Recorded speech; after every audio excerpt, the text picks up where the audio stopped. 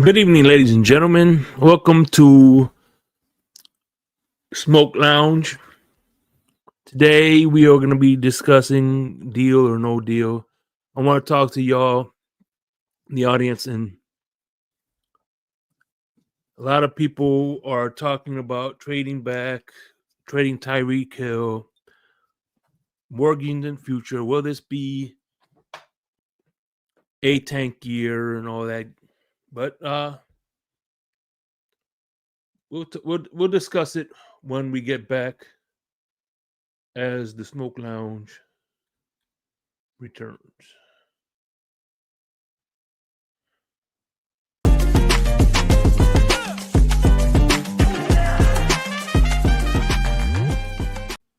New seasons, new gear. Show the world what it means to be a fan in 100% authentic gear. Fanatics. Officially licensed everything.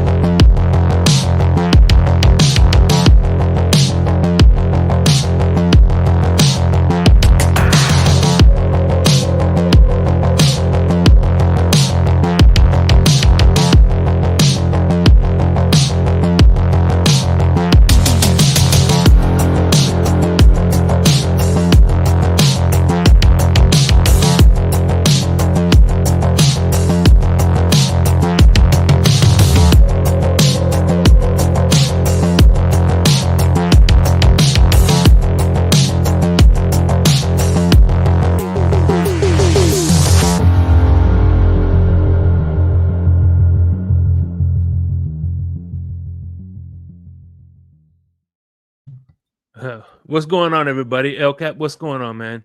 Shout out to Raphael in the building. We got Nightmare 74, the resident Bills fan, Michael K in the building. What's going on? Aquavision.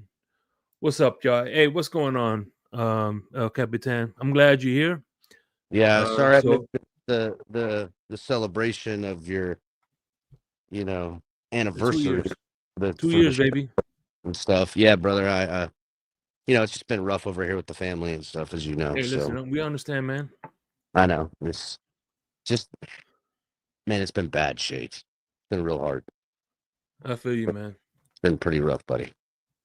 So he's the boy is just, it's difficult because it's looking like it's going to be a Crohn's diagnosis. But we're in the medical system, and it's just not. It doesn't move fast. These GI doctors don't move quick, and the kid is just doubled over in fucking pain. We've been to the hospital 4 times in the last 2 weeks. Damn. Yeah, it fucking sucks, man. Yeah, he's a good kid too, man. When I met him at the tailgates and the other day, man. So yeah, man. Prayers to you and your family, man. I tell you, listen. I don't have any children, but I do know for a fact that you if you could, you'd bear that pain. Bro, I'd murder so many people without losing a fucking blink. Mm-hmm. There would be an infinite amount of carnage in my path to stop this, and that, I guess, I don't want to say luckily, but that's just not how it works. So, man. So, but we're gonna get it figured, and it's gonna take some time. We probably not gonna play football this year with the boy, which I haven't talked to him about that yet and let him know all that, because it's just hard, man. I don't think the kid has smiled in 3 weeks. Damn. Can't keep nothing down. He's probably lost 20 pounds, maybe more. It's been fucking rough, dude. It's like it's bad, but we're gonna get through it. And once he gets better and we get this managed, then we'll be back at it. So Yeah, man. And listen, man, like I said, we're holding down the fort. And I tell you what, you know who's been a good pillar of strength for the Finns tailgate? Tonk has been making more scheduled appearances, man, especially on Insomnia. Man, good. You know, Tonk is my oldest friend, as you know. And Yeah. I love him to death. So you know, he'd do anything too. You know what I'm saying? So that's why I don't ask, because I know I don't need to. Mm-hmm. And it doesn't surprise me that that's the word coming back, that Tonk is finding a way to do whatever he can to help out. So Yeah, that for makes sure. Yeah, man. Well, I could tell, man, because and again, I would have done the same thing for my homeboys when you and Ali were trolling. He didn't know about it, and he just went full like, no, fuck that. He went full. yeah, I know. He's like, nah, fuck that. He ain't saying that shit about my boy. Yeah, I know. That's just how we get down, dog. That's that South Florida. Mm-hmm. So, Yeah. But anyway, listen. yeah. So what's on the agenda today, Shake? I see you got the deal and no deal and stuff like that. Yeah, we talking about. Before we do that, I was listening to Thank you to everybody in chat for the prayers. Thank you, everybody. Yeah. What were we talking about? We're talking Sun Sentinel, Chris Perkins had a show, and he was I see Ali in the back. If you want to come up, my brother. He was invited to Teron Armstead's retirement party. He was like one of the few that were there in attendance, and of course the Meek. And this is what he had to say, and I thought this was interesting. And Cam Jordan all spoke, and they talked about how they got better. And Teron talked about.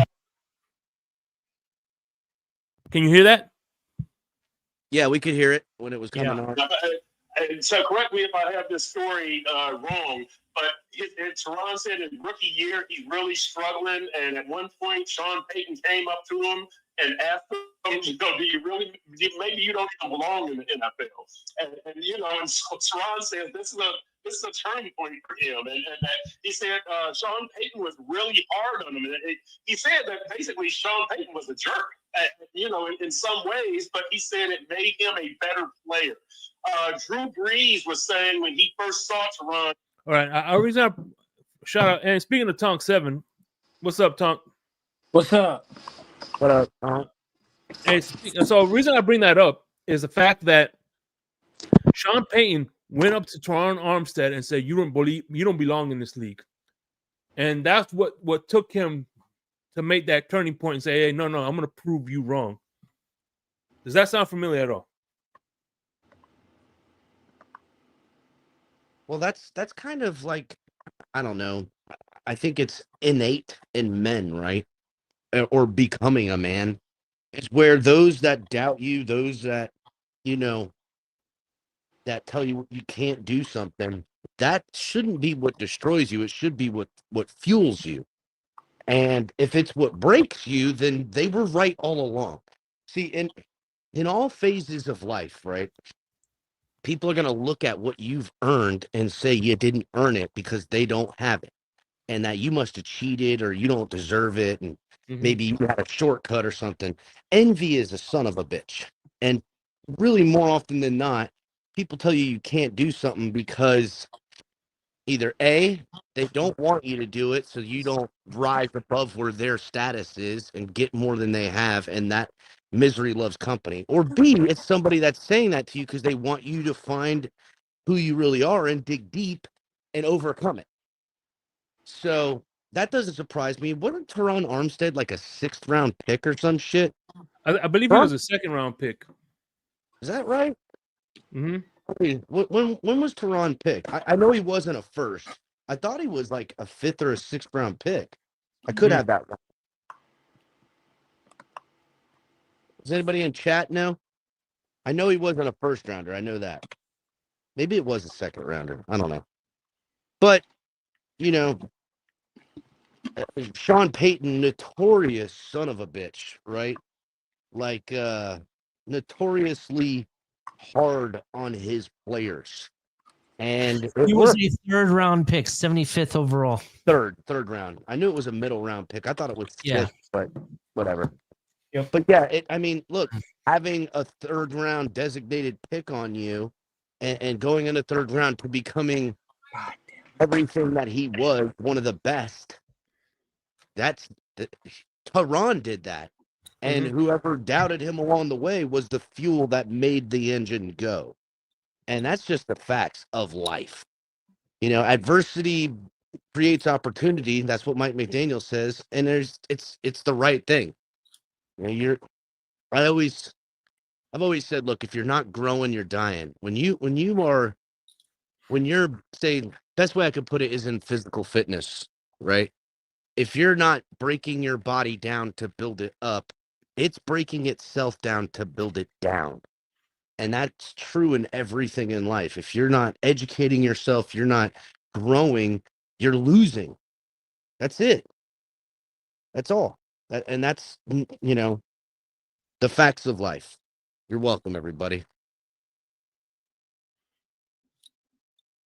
Yep. Yeah, I agree with you 100%. But then again, Fronis, in that same episode, it was saying that maybe, you know, hopefully that you know, coaches need to find what motivates them instead of trying to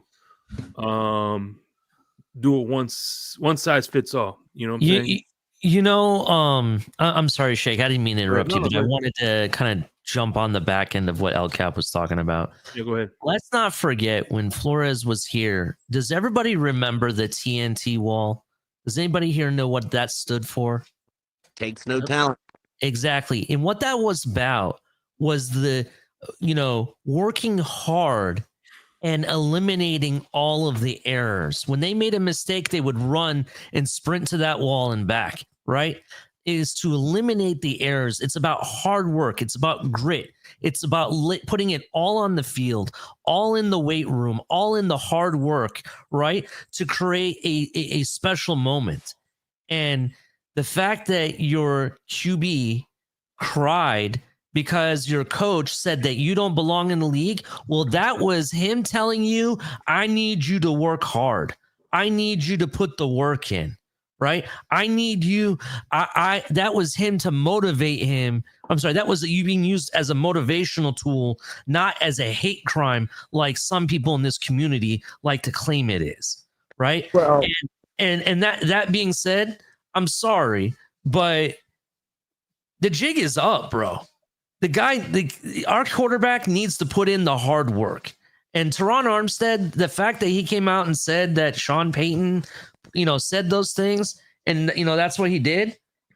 I wish someone would explain that in layman's terms to our QB, because maybe if he actually took that stuff to heart, like some of the other players that we've had over the years, maybe it'd be a different outcome, to be honest. Well, there's an ideology thing, right? I would rather side with hard work and discipline over talent any day. Yeah. Saying that greatness is when talent meets hard work and discipline. And that's just it. You know, people forget, like, you got to understand the psychology of a lot of these players and stuff. More often, I'll be right in. More often than not, they come from the school and they were the superstar athlete in their school. Probably the best one in their county, maybe even one of the best, definitely one of the best in the state. Everyone wants a piece of that type of talent, so they're constantly built up. I mean, listen, Derrick Henry went to Alabama and didn't even know a play. He is admitted so. He was just given the football in high school and said, "Go. You're bigger and stronger. Beat everybody up," and that could take you somewhere. But the reason that his career has continued on as long as it has as a running back, even as big and as strong as he is from hard work and discipline and grinding to be better. Mm-hmm. And this is true with everybody. Zach Thomas, physically and talent-wise, didn't possess what you would necessarily need. He had enough, but he didn't have what you'd want. But through his hard work and determination and discipline, he became a gold jacket wearer. It's so true in nature forever. That's just how it goes. Let's not forget about a player that we have in our own house right now. Hey, I'll be back. Zach Seiler, right? Zach Seiler is the evidence of what hard work does for you. He was with the Ravens, let's not forget, and he got cut. He was on the practice squad, right? I want to say he was with 2 other teams at the same time, and the same thing. He comes to Miami, and what does he do? He puts in the hard work. The guy was living in a 5th wheel trailer, not buying a house because he was expecting to be cut, even though he's putting in all the work, right? Putting it all on the line, all the hard work, sweat. You know what I mean? He doesn't have all the bells and whistles that we see in these defensive tackles that we're looking to take in the draft at all. But the guy put the work in. And to be honest, I think that he deserves every penny we've given him. And then more, to be honest. He deserves more than that. And I just wish all of our players had that hard work and dedication. Vince Lombardi himself said it. And, I look at a lot of what Vince Lombardi stood for, and he even said this game is about hard work. You know what I mean? And I just feel like somewhere in the ideology of everything, hard work kind of like ceased to exist anymore, and people don't care about it. And that's why we're in this situation that we're in with our team. Like the Gators, for example, last night were down by 12 points. Am I right? They were down by 12 points at one point. Yeah, right. From what I heard, I didn't see the game, but from what Crypto was telling me that they were down all the way to the last minute. They only took the lead in 1 minute of the whole game. The Gators were down. They put in the work, bro. They put in the hard work and grit. They put their nose down and did what they had to do to win the game. Right? Shout out to the Gators. Congratulations to them. But that's what I'm talking about. Hard work, sweat, grind. That's what wins. None of this, hey, look at me on social media, or hey, I need to be paid and everyone look at me, look at me, look at me. Well, I'm sorry. That doesn't work in this league anymore. Iceman, what's going on? Yeah. What's up, Iceman? Hey, but you know what's funny? Everybody says that the same people that are saying that the Dolphins aren't going to be as good without Tyreek Hill were the same ones that were saying that the Buffalo Bills aren't going to be good without Stephon Diggs. And lo and behold, that wasn't the case. You know what? You know what's sad to say? This is the funny thing. To be honest, it didn't matter with Tyreek Hill, without Tyreek Hill. It didn't matter Mike McDaniel or without Mike McDaniel. It didn't matter with Tua or without Tua, and it didn't matter with Waddle or without Waddle. None of it has worked. We are no better than when we had freaking Devontae Parker and whatever Tannehill or who was the Henny or any of these other guys we've ever had. The team has not been any better. It doesn't matter who we've had because we haven't done anything, bro. The team is no better. I would have rather have had a physical defense and an okay, like mediocre offense, and not be in all this trouble with all the financial side of it, right? Mm-hmm. But no, we just, let's go get all the bells and whistles. But guess what? Those bells and whistles did nothing for you to change the game whatsoever. Now, and this is the last thing I'm going to talk about Brian Flores, because like I said, it's been 4 years. But end of the day, look, McDaniels has 2 more playoff appearances than Brian Flores, but they have the same amount of playoff wins. True. That is absolutely true. And Nightwolf, yeah, you're right. Maybe Houston did fumble the game away at times, but it was Florida who took advantage and made sure they put the points on the board to close the gap, to be honest. So, I can't trust my team to be in that situation and actually do that. You know what I mean? It's just pathetic, to be honest. But here's the thing too. Look, again, and I'm not a Tua-neer, but at the same time, it's unfair for people to say it's all on Tua when, remember, we haven't had a playoff since 2001. So you think that Tua coming here? Don't let Max in here. Please don't let Max in here. Thank you. He's gonna pack up the lung while I'm on camera. What the hell is that coffee in the background?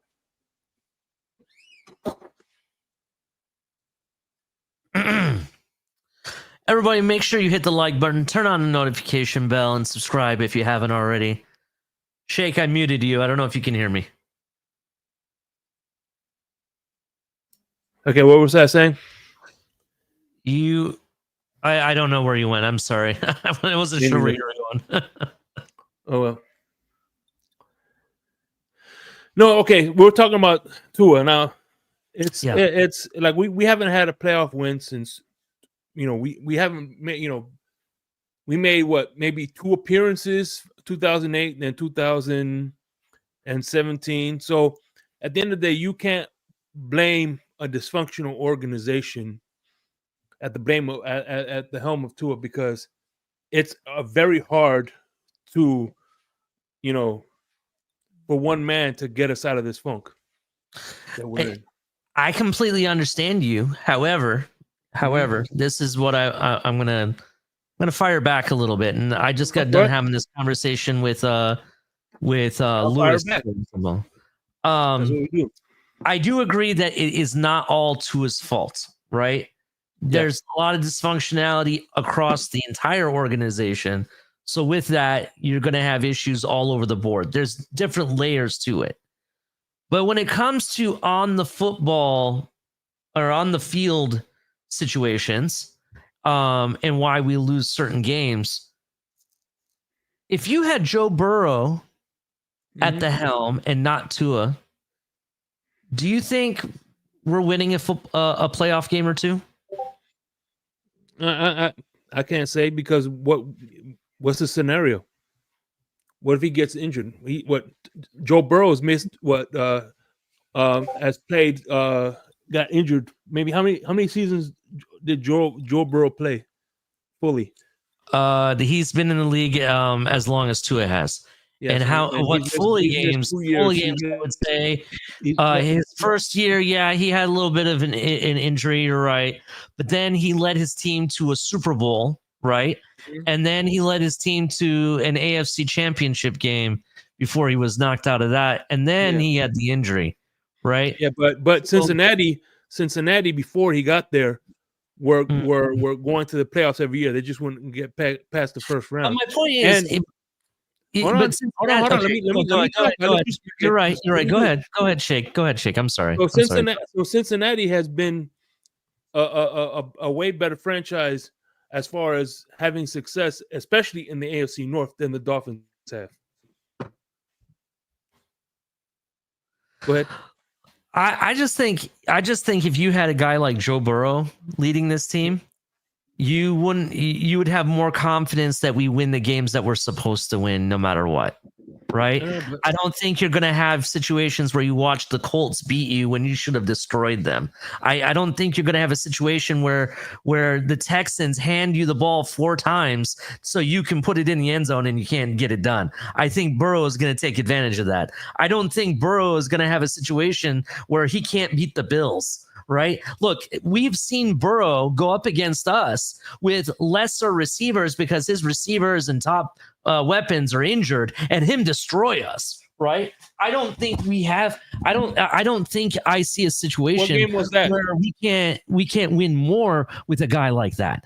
Listen, all of the issues that we sit here and try to blame coaches, we try to blame the assistant GMs or the GMs or whoever, the collective. We try to blame the what do they call it? The special teams coordinator every year. We try to blame the offensive line, but really when it comes down to it, what wins the games are touchdowns. And if your quarterback can't make enough touchdowns in the game or make the plays to continue the offense and drive them down the field, at some point, you got to put the blame on him. He's the face of your franchise, right? He's there to fall with the sink with the ship and be there when the ship's sailing, right?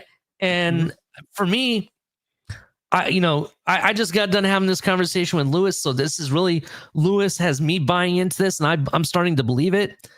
I really think that if you had a guy like Joe Burrow or a Lamar Jackson, or I'm going to say Lamar Jackson, but let's say you had, maybe a Jaden Daniels or maybe some of these other quarterbacks that we've seen, right?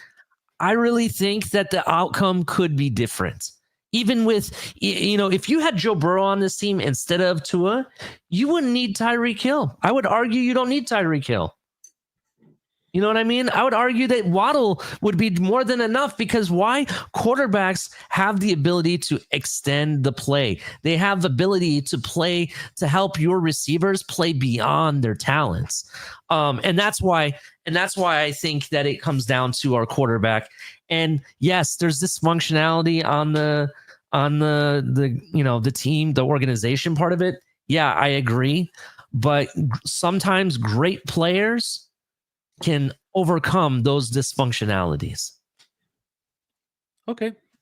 So two things I want to bring up. Go ahead. Number one, look at like you said, look at the Eagles. They won the Super Bowl, right?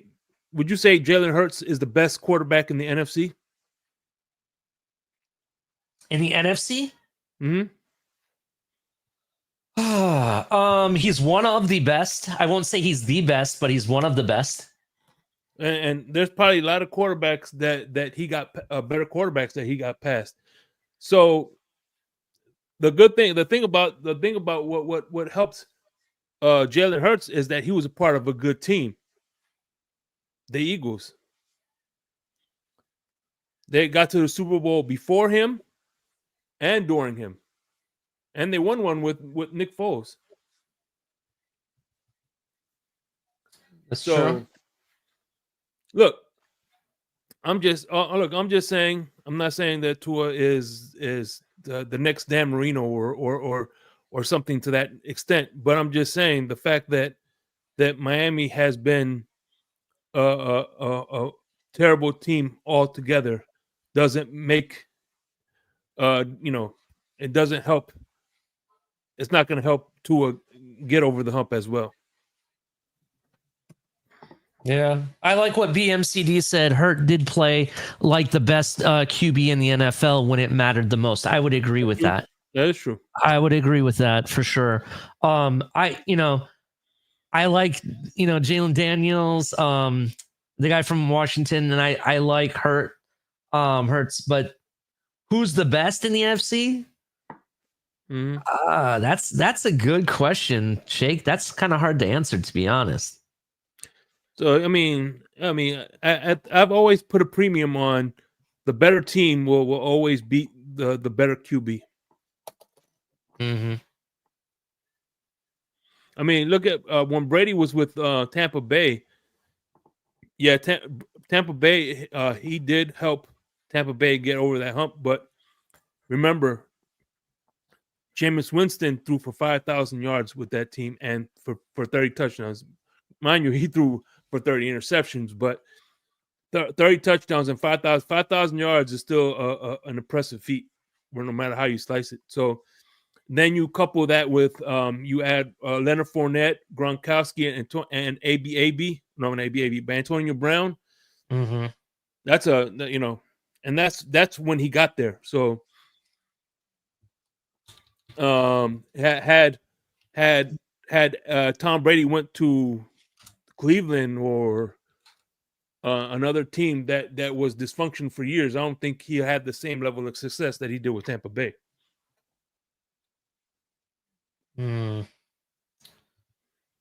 So Jameis Winston, in 1 year of his career, threw for 5,000 yards. That was in 2019, right? With Tampa, like you said. He had 30 interceptions for his 33 touchdowns. Mm-hmm. So my next question is, how much of that 5,000 yards was in junk time? I mean, what difference does it make? Most. Let me ask you a most question. yards are junk yards anyway. Doesn't matter. Okay, so in that year they went 7-9, right? Mhm. Yeah. So you mean to tell me? Let me ask you a question. Let me just ask you this, right? Yeah, Let's say you have a QB that wins 6 Super Bowls, but he averages about 4,000 yards, 35 touchdowns, maybe 3 interceptions a year, Mhm. right? That's his average. And then you have a quarterback that averages about 5,000 yards, maybe 30 touchdowns and 20 interceptions a year, but hasn't won any Super Bowls. And let's say he has a 500 record. That's his overall record. And both have been in this year, the league, the same amount of years. Which is the better quarterback? It don't matter about who. What I mean, because of Super Bowls. We talking about because of Super Bowls? Well, you're talking about stats. Stat wise, yeah, he may have a better stat, but if you ain't winning the game, what does it matter? Yeah, If you're throwing the game away with interceptions, for example, like in the so case. so with that logic, what different? So Peyton Manning is better than Dan Marino because Marino has way better stats than Eli Manning. Sorry, Eli Manning. That's true. That's definitely true. But you also. So what difference does it make? I guess you're not seeing the point I'm trying to make, Shake. I'm sorry. What I'm just trying to say is that just because he threw 1 year for one season 5,000 yards doesn't make him a good quarterback. Just like how Tua. Again, I brought that up. And I'm sorry to cut you off. Sure. I didn't bring that up because saying that Jameis Winston was a quarterback. I brought that up because he was able to have that success with the same team that Tom Brady went to the Super Bowl and won with.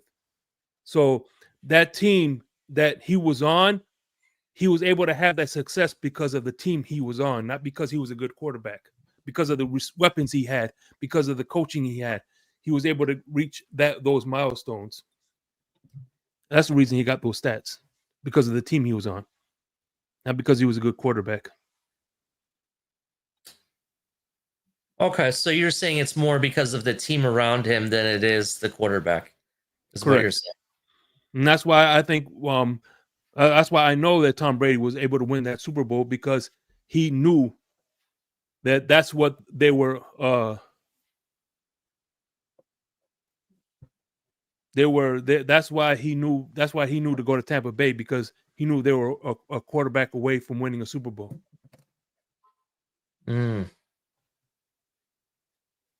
Okay, I just have a difference of opinion.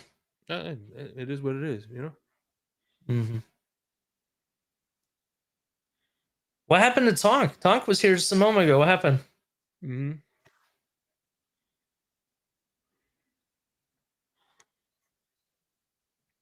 That's what makes the world go round, right? I guess.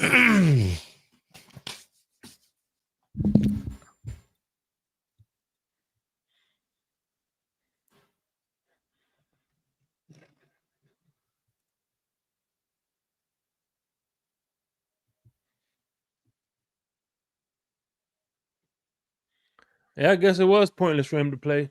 You're right, Color.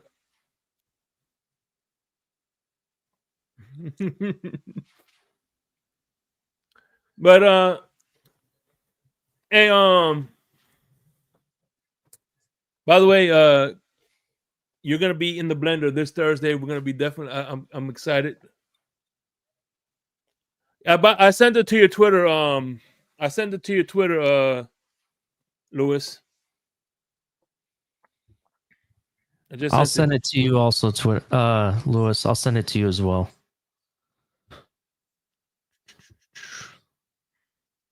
All right.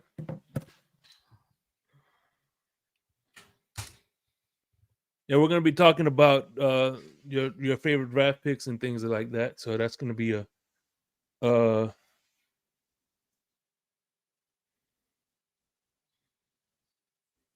Yeah, it'll be fun. It'll be fun. I'm excited for that show, to be honest. What's good, Lou? Sheikh Ali, what's good? What's good, Lewis? By the way, congratulations on the 100 episode. Oh man, I appreciate that, Sheikh. Speaking of legend, what's going on, Crypto?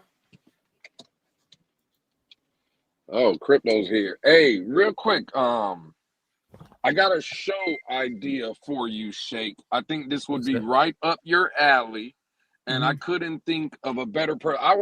I kind of brought the idea maybe to do it on the Blitz pickup, but no, I don't think.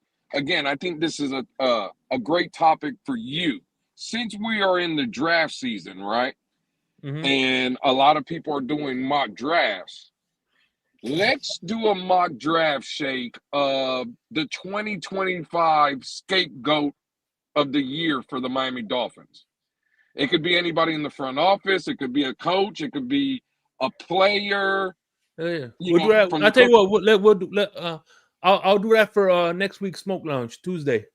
There you go. A mock draft of the 2025 scapegoat. Who do you think the next scapegoat for the failure of the 2025 Dolphins season will be? I would love to see everybody's thoughts of who's going to be. Because, again, bro, nobody does scapegoat Sheikh and Ali like the Miami Dolphins. Yeah. The Miami Dolphins can always find a good scapegoat. So. I know who I'm drafting first. Yeah. By the way, I just heard that the coach we fired is what's his name? That Wes Welker. He went to the Commanders. Yeah, that's what I meant to tell you earlier, Lewis. Wes Welker to the Commanders. Yeah, he'll probably win Coach of the Year CB, next year. What's going on over there? Well, yeah, because Debo's there now, and Debo had his best season ever under Wes Welker. So Butch Berry.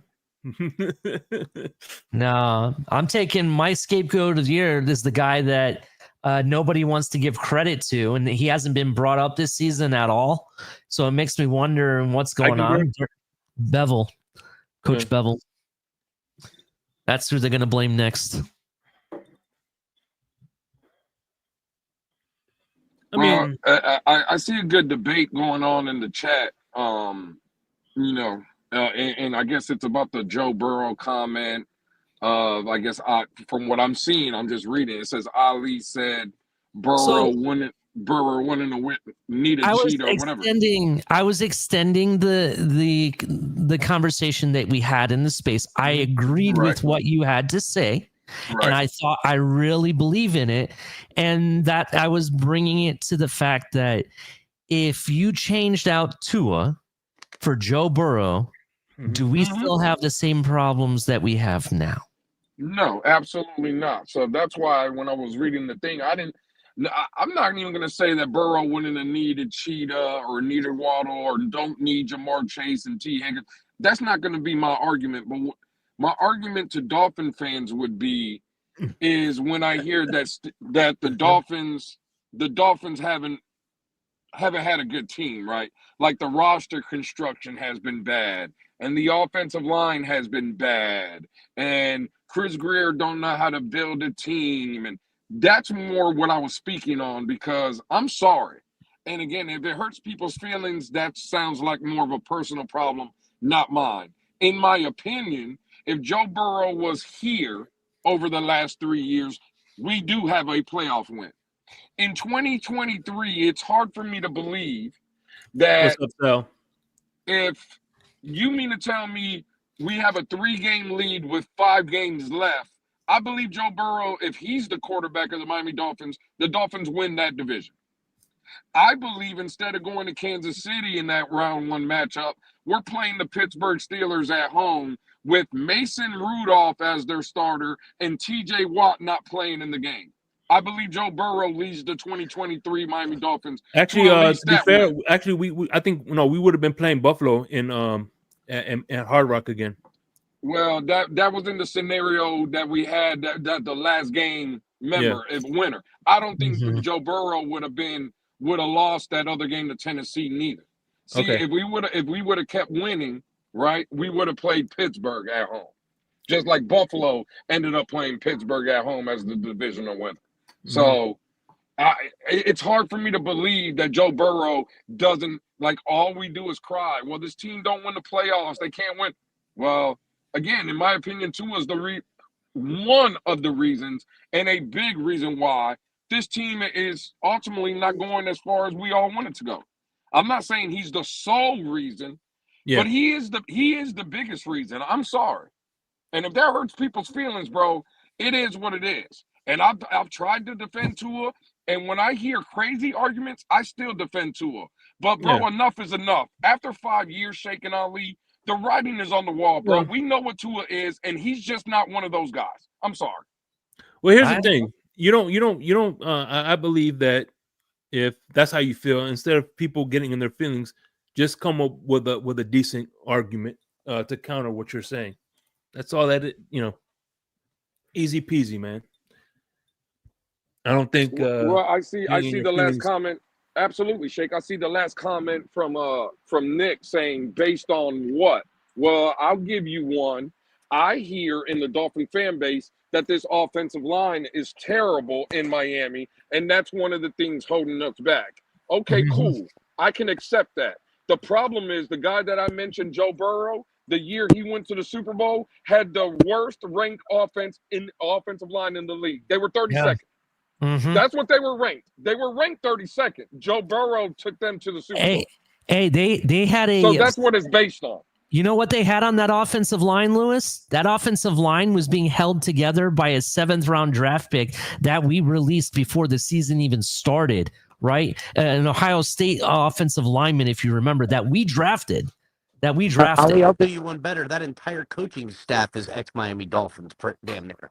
Oh, I understand. Yep. I get it completely. I just looked at the stats. People want to say that Burrow was, injured or whatever, too, or blah blah blah.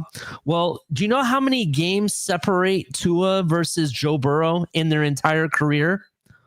4 games. Do you know how many yards separate Tua and Burrow for amount of passing yards? 4,000 yards. A whole season of yards and completion.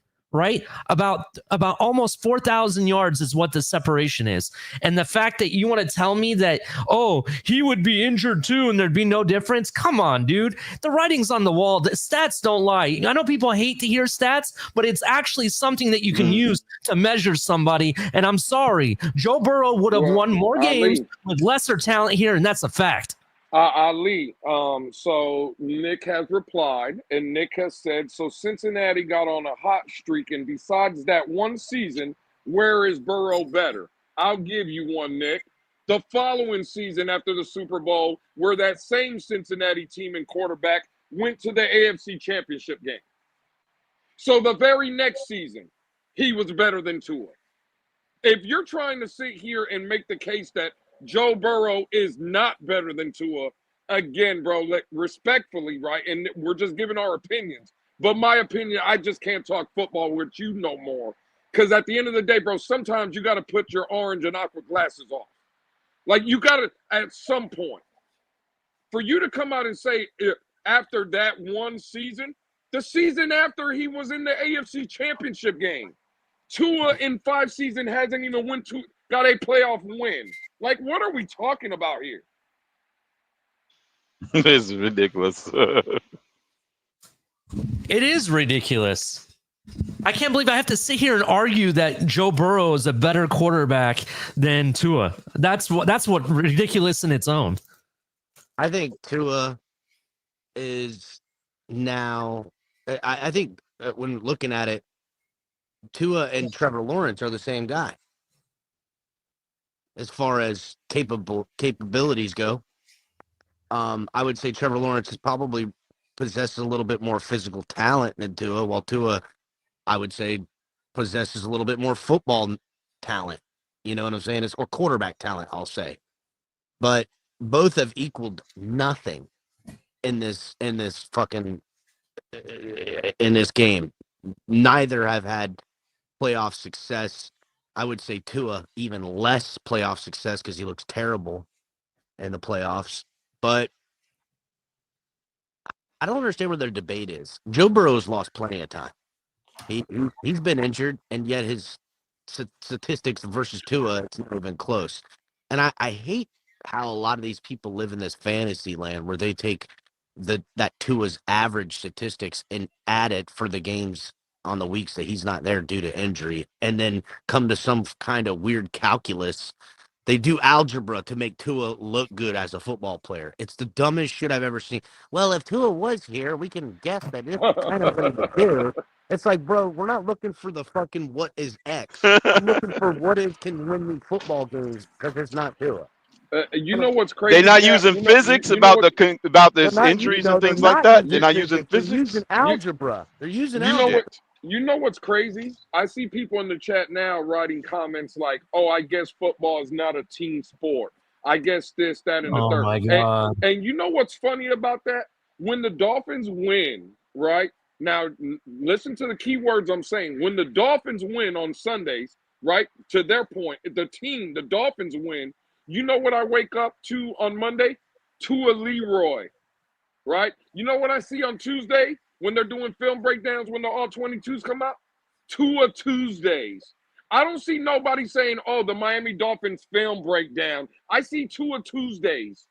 I see the Tua Leroy comments. It's funny how the people always want to preach about the team aspect of the game only when the team loses. But when the Dolphins win, it's always, "Did you see what Tua did? Did you see Right. Tua's completion Special percentage? dedication to Yeah. Did one you see position. Tua's QBR? Did you see what Tua did?" It's Yeah. funny how that. It's funny how it's a team sport when the Dolphins end up losing. But when they win, we got Tua Tuesdays and Tua Leroy T-shirts being printed out by the fan base. It's crazy. Lewis, let me ask you I this want question. Eichenberg Fridays from now on. Lewis, let That's me what I ask you. want. Let me ask you this question real quick. The game versus the Texans, we win that game, we're going to the playoffs. It was one Last game. year? It's one Absolutely. game. Yeah, one game is what kicked us out of the playoffs, right? We win that one game and we're in the playoffs, right?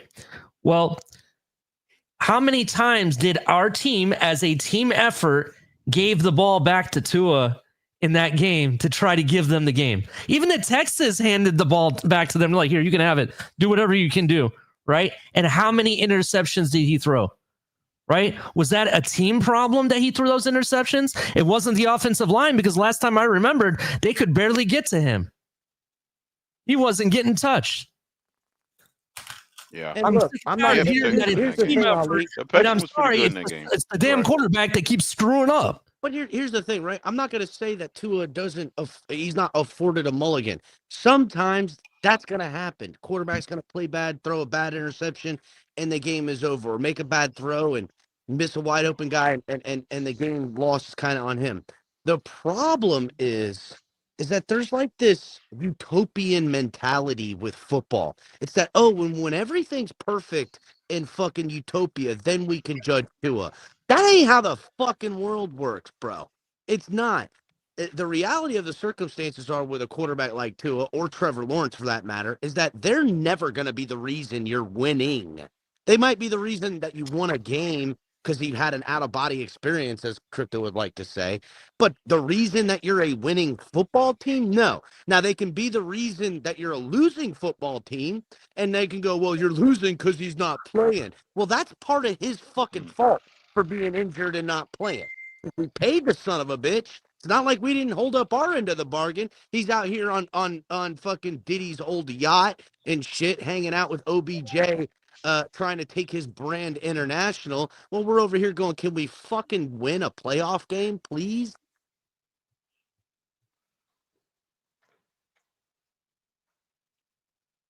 It's a wild Mhm. it's a wild way to judge successes. And I'm not saying you can't be happy for someone to have financial security or successes. I'm not an envious person, right? But what I am is accountable. And Tua, I'm sure he holds himself accountable, but amongst the fans, have some take your Tua Tagovailoa glasses off and just kind of look at things as they are, not as you want them to be. And as they are, is we have a quarterback that has put together one healthy season, and in that healthy season, completely crumbled at the end of the year on what I would say is the Dolphins' most talented roster assembly of my life, minus the quarterback position. And that's just the facts. Both sides of the ball, offensively and defensively. And you could say, well, we took all those injuries that year on defense, but the defense wasn't the fault. It was Tua Tagovailoa's play and his production. He went from averaging like 235 yards a game to averaging like 190 yards a game those final 6 games or whatever it was, with like a one touchdown a game average. It dipped mightily, and I don't see how we can look at that and not scrutinize it and judge it for what it really is. It's a player that when he's feeling good and things are good, he can handle it. When there's real adversity, the adversity of just playing in the NFL, he can't. That's the facts. All right, check this out. Ladies and gentlemen. Lewis, next week, 8:35 at 8:30, after I do the In the Blender with Mike on the mic at 7:00 on Larry's Cage channel, I'm going to be jumping up over here to do the Miami Dolphins 2025 scapegoat draft. It's going to be on and popping. I appreciate that, Shake. I think it's going to be a banger of a show, bro. There's not a better guy to do a 2025 scapegoat mock draft than you, Shake. Appreciate Are you. you Shake? Are you? Did you already create the link for it? Yep, created it already. I'm gonna start advertising it on Facebook and Twitter. Yes, I'm waiting for. Let me wait. Let's wait for whatchamacallit. As soon as HB makes the thumbnail. Yeah, have him drop it. Have it drop it in the group chat so we could take the thumbnail and then Yeah. Just put it in the group chat and we'll all tweet it out. So when you say scapegoat draft, are you meaning that? What is that implying? Who's the scapegoat? Well, in the paradigm in what we're living in now, Cap, right? It's mock draft season. Everybody loves mock drafts. And we all know what the 2025 season is going to bring. It's going to bring its ups and its highs and its lows, but ultimately it's going to fail. And just how we've done for the past, 5 to last 7 years, we find a scapegoat, right? We need the next guy that we're going to blame for all the failures. So I propose the idea, let's do a mock draft. Instead of drafting players coming out of college, who's going to be the next scapegoat in the organization, from either front office to head coach to positional coach? Hell, to player like Liam Eichenberg. Liam can even be the scapegoat of the year if you want him to. But I just think it's a way better use of time to do a scapegoat draft than a draft of players that are going to come in. Because I'm sorry, whoever you draft at 13, at 48, at 98, and whatever other picks that we have, they're going to get held back by Tua Tagovailoa. Hey. And check this out, man. Check this out. Here's what we're gonna do. And make this fun, because it just came to me and hit me like a slippery fish. And I just want, and so I said, let's Lewis, I appreciate you and for entrusting me with this. So being that you're entrusted with this, I'm gonna take it a step further. Now we're gonna make a game out of this. Okay, everybody is going to have their scapegoats, whatever, right? You can't use the same scapegoat, okay? And the reason I'm doing this is, so after the season is done, I would say for maybe the 2 months or maybe between now and the draft of next year, right? When the season starts, from there to the draft to I would say no to the new league year starts. Okay, is that fair? So from the season starts all the way to the new year league starts, we're gonna do is, all right. Let's say, Lewis, you say who would you say a scapegoat? Chris Greer is gonna be a scapegoat, right? You say Chris Greer is gonna be a scapegoat. Every time you see somebody mention Chris Greer, screenshot that mention, and you add, and then so if I see Eichenberg, okay, somebody blames Eichenberg, so we're gonna tally up how many people blame, and whoever has the most people blamed will win. You understand what I'm saying? So okay, once you have your picks in, you're gonna take Yeah. a tally from the audience to see who's the Like most. in Twitter, you see Twitter go through. If you see somebody mentioning a post about Chris Greer is the reason, okay, that's a point for you. If I see somebody mentioning the scapegoat that I picked, that's a point for me. And the winner will get a Vice City shirt. I'm not and a Cooking Folk apron. Damn, this is a big prize. Yeah, that is a big prize. I'm sorry, I went shake. I fell off. Cap, I know I just seen that you said in the chat that you were on your phone, so you probably can't look at it now. But I would, and again, we don't have to do it, on stage or whatever. But I would love to get your thoughts, maybe, through text message or maybe a phone call later or whatever, whenever you got time, on this latest thing I just sent to you on your phone. What do you think of stuff like that when you see it? Because I ain't gonna lie to you, Cap. I think straight hypocrisy when I seen it.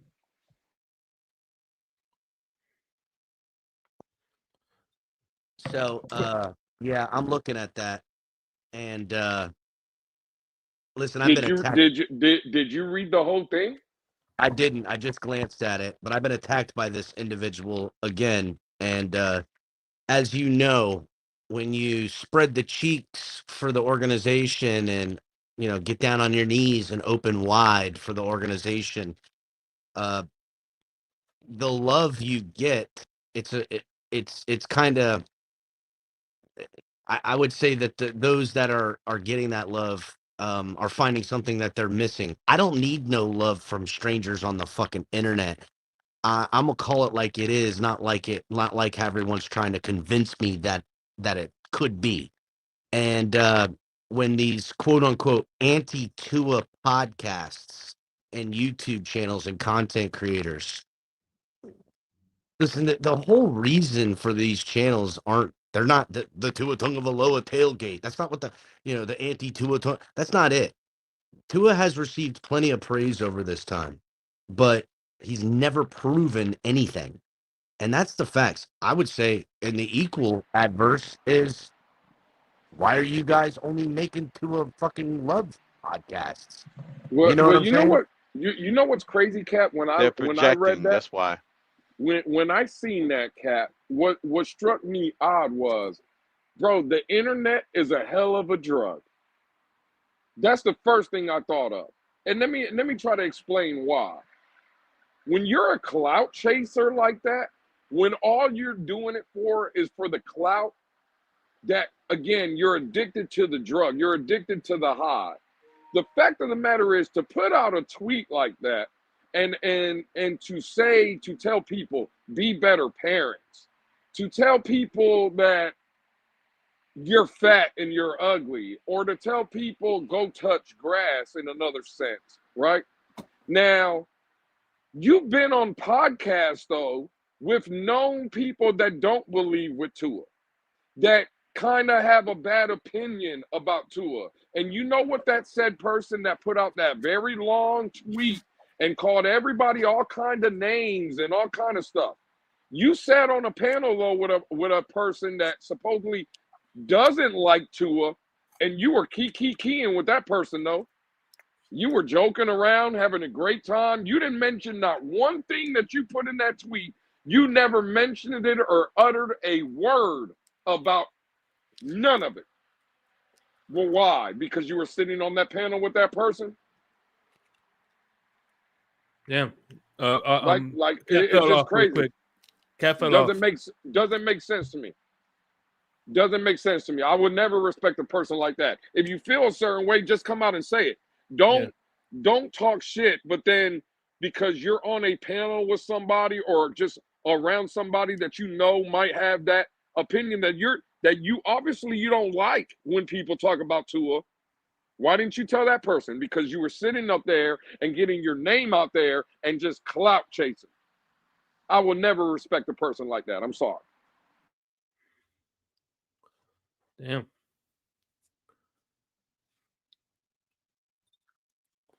That's crazy. They somehow think the numbers of Yeah, criticizing that's Tua real goes to cute. the roof. That's real cute, Tony, by the way. That's real cute. What do you say?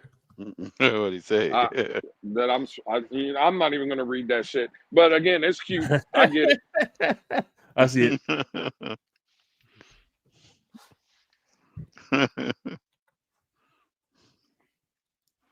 Damn. Damn, Tony. Hey, everyone, put your purple hearts out. Game's about to start. Purple hearts. Want to see purple hearts? That's a fact. Did you see what everyone's talking about? I missed it. Golden State and 6. What are they talking about? Lakers for next year. I keep seeing. Well, the Joker. They're about to sell the team. The Joker in Denver is going to be the newest acquisition from the Lakers, Ali. I don't know if you've seen, but Luka is getting coaches fired now across the league because other teams are so scared of the Lakers. Mike Malone, the Denver Nuggets head coach, and whoever the general manager was just relieved of their duties today. They were both right. They were both fired because everybody pretty much knows the NBA has been put on notice. Put them purple hearts in the chat. The Lakers are about to be not the 19-time world champ. I see a couple championships in the near future. I don't know about you guys. I see.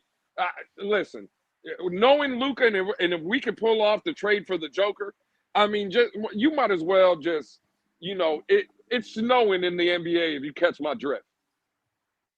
Damn. Nope. That's cap. Yeah. Listen. Could you imagine if we got the Joker and then we made a draft day trade and got Cooper Flag too? Bro, that would be nuts, bro. That would be like the He wouldn't play in Los Angeles. Oh man. You don't think he would play in Los Angeles? Nope, they're too cosmopolitan. Couldn't do it. Listen. He wouldn't do it. If we got Joker, and then we turned around and got another European from down south next to Lewis's best friend from Texas, right? The Spurs, Memu. Bring Memu to the Lakers next to Joker and Luka. I don't think anybody can beat us at that point. I'm sorry. That's dangerous to me.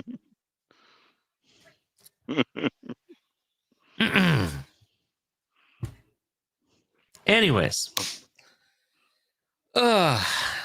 Houston was mad. I was watching on that Superbox, Lewis. You should have tuned into the aftermath after the game, Lou. On Houston, I was watching the Houston broadcast. You went to the Houston broadcast? Yeah, I went to the Houston broadcast just to see see how it's gonna be. Boy, they was lit. The faces they packed the stadiums and the college campuses and stuff. They were showing the local people going around interviewing them. They was like, damn, it's like somebody stole their freaking kids or something, kidnapped them. I'm like, damn, that was sad, though. It was wild watching the broadcast from them. You know what? I already know what it's gonna be like on the winning side of Gainesville, but I just went to the local Houston broadcast. You know what, Crypto? We've asked a lot of people. Ali, has your Superbox came in?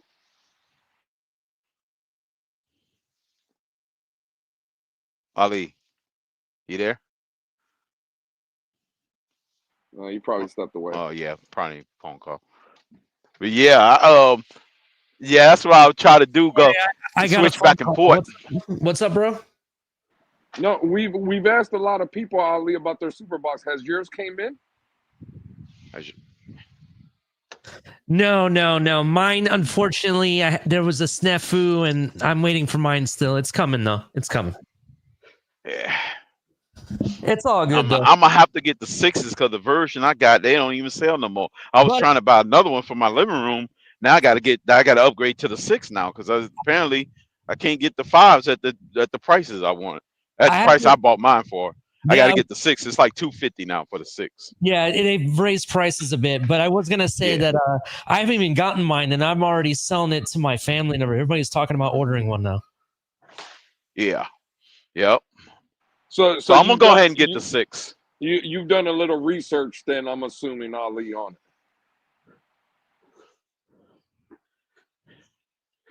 Yeah.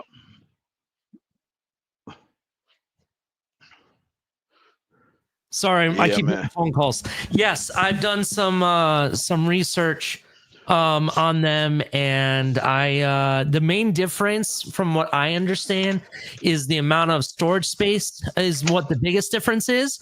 Some of them also claim that they can, they have the ability to put out, a lot more of a high definition resolution. Yes. But to be honest, if you're just looking for 1080p full high def, even just regular 4K, any of them pretty much can do that.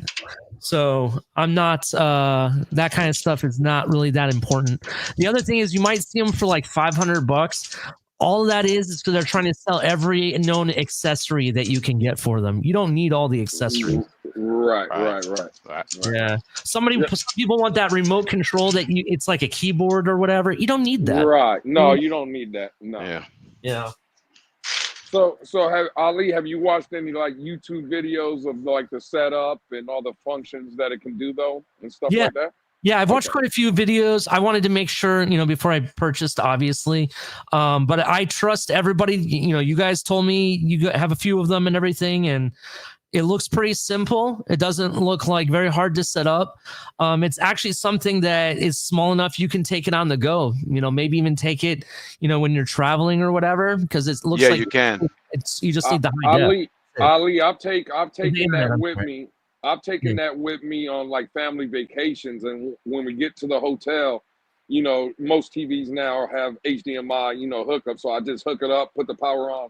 I put the Wi-Fi for, whatever hotel or whatever I'm staying in, and bam, right there, I got the super box in whatever hotel or whatever I'm basically at. So. Mm-hmm.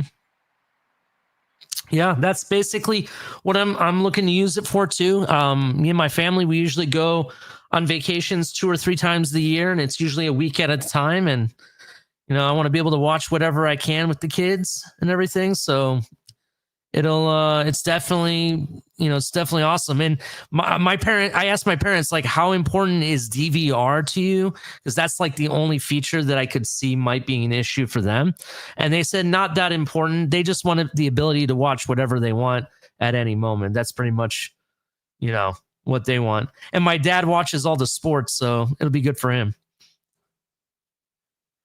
Well, again, listen, Ali, hopefully when you get it, it's good for you like it's been good for me and a lot of other people in the community. I mean, you can just ask Crypto. I talked to Crypto a couple of weeks ago, for about an hour, maybe a little bit longer. And Crypto was basically telling me he felt like he has been robbed for the past 15 years, wasting all this money on different apps and cable and all this stuff. So it's a great investment, man. Yeah, we did the math because me and my family share YouTube TV, for example, right? And we did the math. For 3 months of paying for YouTube TV, I could buy one of these boxes and never have to pay again. Yep. And there you go. Yep. Never have to pay a single dime again for any of these channels. Plus, you're getting all the sports. I could watch all the NBA I wanted and NFL and soccer and all that. So it'd be good. Excuse me. Y'all talking about the Amazon Fire Stick? No, Mr. We're talking about a super box. Superbox. Oh, okay. It's basically that on steroids, Mr. Poe. Oh, on steroids. Oh, that sounds Yeah, interesting. yeah, Mr. Park. I know this is a family show, but Crypto gets all unlimited porn access now. He gets to watch all the porn he wants. Yeah. Yeah. I heard Yeah. that, Special edition. I heard Crypto likes to watch that Utah jazz porn. It's like taboo where he's from. Oh, well, Yeah, it's crazy. Yeah. and then Crypto, you can go back and watch some Devontae Parker when he was playing at Louisville. Yeah. Devontae Parker 24/7, Mr. Park. 24/7, Devontae Hey, Parker. Yeah. whatchamacallit, He has his own channel. Crypto could get that Brazilian Amazon rainforest porn. You know, the woman with the orangutan titties. Yeah. Well, Damn, there you Jake. go. Like, go that one. Triple S just put it in down there in the chat. He said the Superbox has changed his life. So Yep. just another guy. Welcome to the family, Triple S.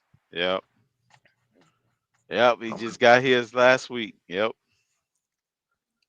He's in the family, the Superbox. We got to get the Superbox T-shirts made.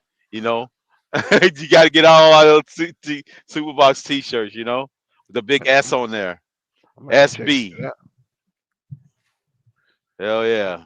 'cause, man, cables is so expensive. You ain't I- lying. Night, Damn. No, it's Night- expensive. Night We pay Wolf, $260 a month for cable. Night God. Wolf, go to Amazon or eBay or wherever you just type in Superbox. You'll be able to Okay. find it. Yeah, I type check it in out. Amazon. Yeah. Mhm. Don't say too much back because we don't want to be copyrighted. No. It's public commerce. It's Yeah. a regular e-commerce Oh, thing. You ain't gotta worry about it. Yeah. Okay, just want to make sure because Yeah. unfortunately, Pete got copyright. Uh, Yeah, But yeah, they got Pete. it's a regular What happened- media what happened thing, with so they know. He was. He got 7 strikes. For what? Yeah, They struck him for the video he was showing. yeah, I guess NFL Films would got him. Yeah. Yeah. Damn. So he can't do shows anymore. Or? Yeah, he No, can for do 2 shows. weeks. They just He gotta gave wait him like 2 weeks. no warning. Yeah. Mhm. Damn. Yeah, they got him. I'm like, damn, Pete got caught up. Damn. Well, let me ask y'all this: you have to have Wi-Fi for that box? Yeah. Yes, Okay. sir. Yes. sir. Yeah. Okay. Yeah. You You just need to have a high-speed internet connection. just high, right. Yeah. Got that. Okay. Man, that's Yep. it right in there. I'm about to check that out. It's a really small box. It's nothing huge or anything. It's like no bigger than I don't know if you know what an Apple TV box looks like. It's a little bit bigger than that. They're gonna, yeah. Okay. Like a small Mac Mini, like them real small little computers they used to sell. Yeah, I Oh, remember. Okay. Yeah. Like a mini PC. By the way, Superbox was one of the porns that Crypto like watching on the Superbox.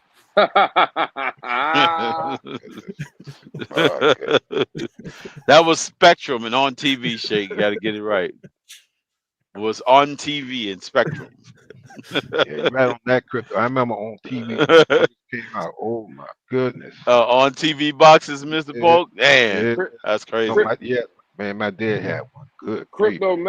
remember when we were on the phone, Crypto, and you said you were gonna see if you could get the old channels. Remember when you were telling me when you were in the service, how you used to watch? Oh some of yeah, the- that's right. The AFN, yeah. Sky News, yeah. Skynet, yeah. the Sky Have you- News network. Have you been able to find any of those? No, I haven't found those yet. I haven't looked for them yet. But yeah, they had the of course, England, of course, they English speaking, so I had to get them first to try to figure out which ones I can get that broadcast American shows every now and then. And then You that's know how I what? ended up with all the News, Sky Network Crypto. channels. But yeah, I'm sure they got it, Lewis. I'm gonna try to find it and download one of the apps from not from Blue TV, but I'm gonna go to another go in the App Store and see if they got it. Actually, that's actually something my dad asked. Like, is there different like my dad watches BBC and he likes Now seeing- BBC is It's standard. You get that. You get BBC. Yeah, Okay. you got BBC, Ali. Yep. There's a Yeah, couple that's standard. different channels that are subsidiaries to BBC that he likes watching. So that's why I was inquiring if like they have that. Mm-hmm. I think you get that Yeah. with basic cable. Von Joe is a Goddamn. goddamn fool, man. Well, most super boxes are small. You know, we're talking about crypto like in that's all he does. That's probably what he Goddamn. That's my What dog the hell? Banjo. Love me some Banjo. Banjo. I'm sorry, Banjo. That's the name. Banjo. My bad. Banjo. Yeah. Hey, I'm just trying to All right. find out how much money it costs to look at her super box, dog. What's the word on that? See. If you're paying, you're already losing. That's for How sure. much It- money is it gonna it- cost it- me to take a gander at this super box? You It heard? doesn't take a lot of money, Cap. Just maybe a couple toots. You know what I'm saying? Yeah, dog. I gotta oblige that. Couple of nose beers, fucking get this bitch popping, boys. You heard? Damn. Okay. Boy, Amazon got you know. Nah, but on some real shit, you know, we used to have a girl back at high school. She was one of them ones, right? You know, everybody used to call her Super Box too, dog. It's wild, man. It's a small world, boys. Yeah, the super box has definitely evolved over the years, Cap, for sure. Yeah. there's been a whole. We might need that 30 for 30 on that Super Box, Shake. You heard? Yeah. God damn, ABAB say he knew a girl that had a super box. Damn. Good. I knew the same one, AB. damn. That's the real. Triple S. Yeah. Oh, yeah. See, Triple S. No, what's up? Oh, what up, Triple S? What's up, man? Yeah. I mean, listen. There's a couple of bitches on the internet that be kind of a little bit on that Super Box fucking energy, Lou. You heard? I mean, I'm just being real. Oh, that's a fact. Absolutely. That's a fact, dog. That's That's a a fact. fact. Yeah, that's a They, fact. or maybe they used to be that Super Box, but now they ain't getting it down like that, so they be all ornery and shit. That's probably closer to the truth. Superbox come with special Vaseline or what you know. No, that was only your super box that came with Vaseline. What the fuck? No. No, I'm gonna have to get me one of these super boxes. So And nipple clamps too. Cap, Vaseline and it nipple would be clamps. it's a great investment, Cap. I'm gonna Great need like investment. 4 of them, straight up, just for me. Hell yeah. I bought 3 of them for the house. I got one in the master bedroom, one in the living room, and one in my son's room. I'll need one in my living room, one in my room. Fuck, I might need 5. Cap buying the whole what's your Cap's I'm gonna need put one in 5. the Cap's gonna put one in the bathroom right over the tub. All right. See, crypto on one, boy. He talking about Vaseline, wanting to see me in the tub and shit. He's all touching his super box right now. Fucking chill out, crypto. You're gonna need one in the studio, L Cap.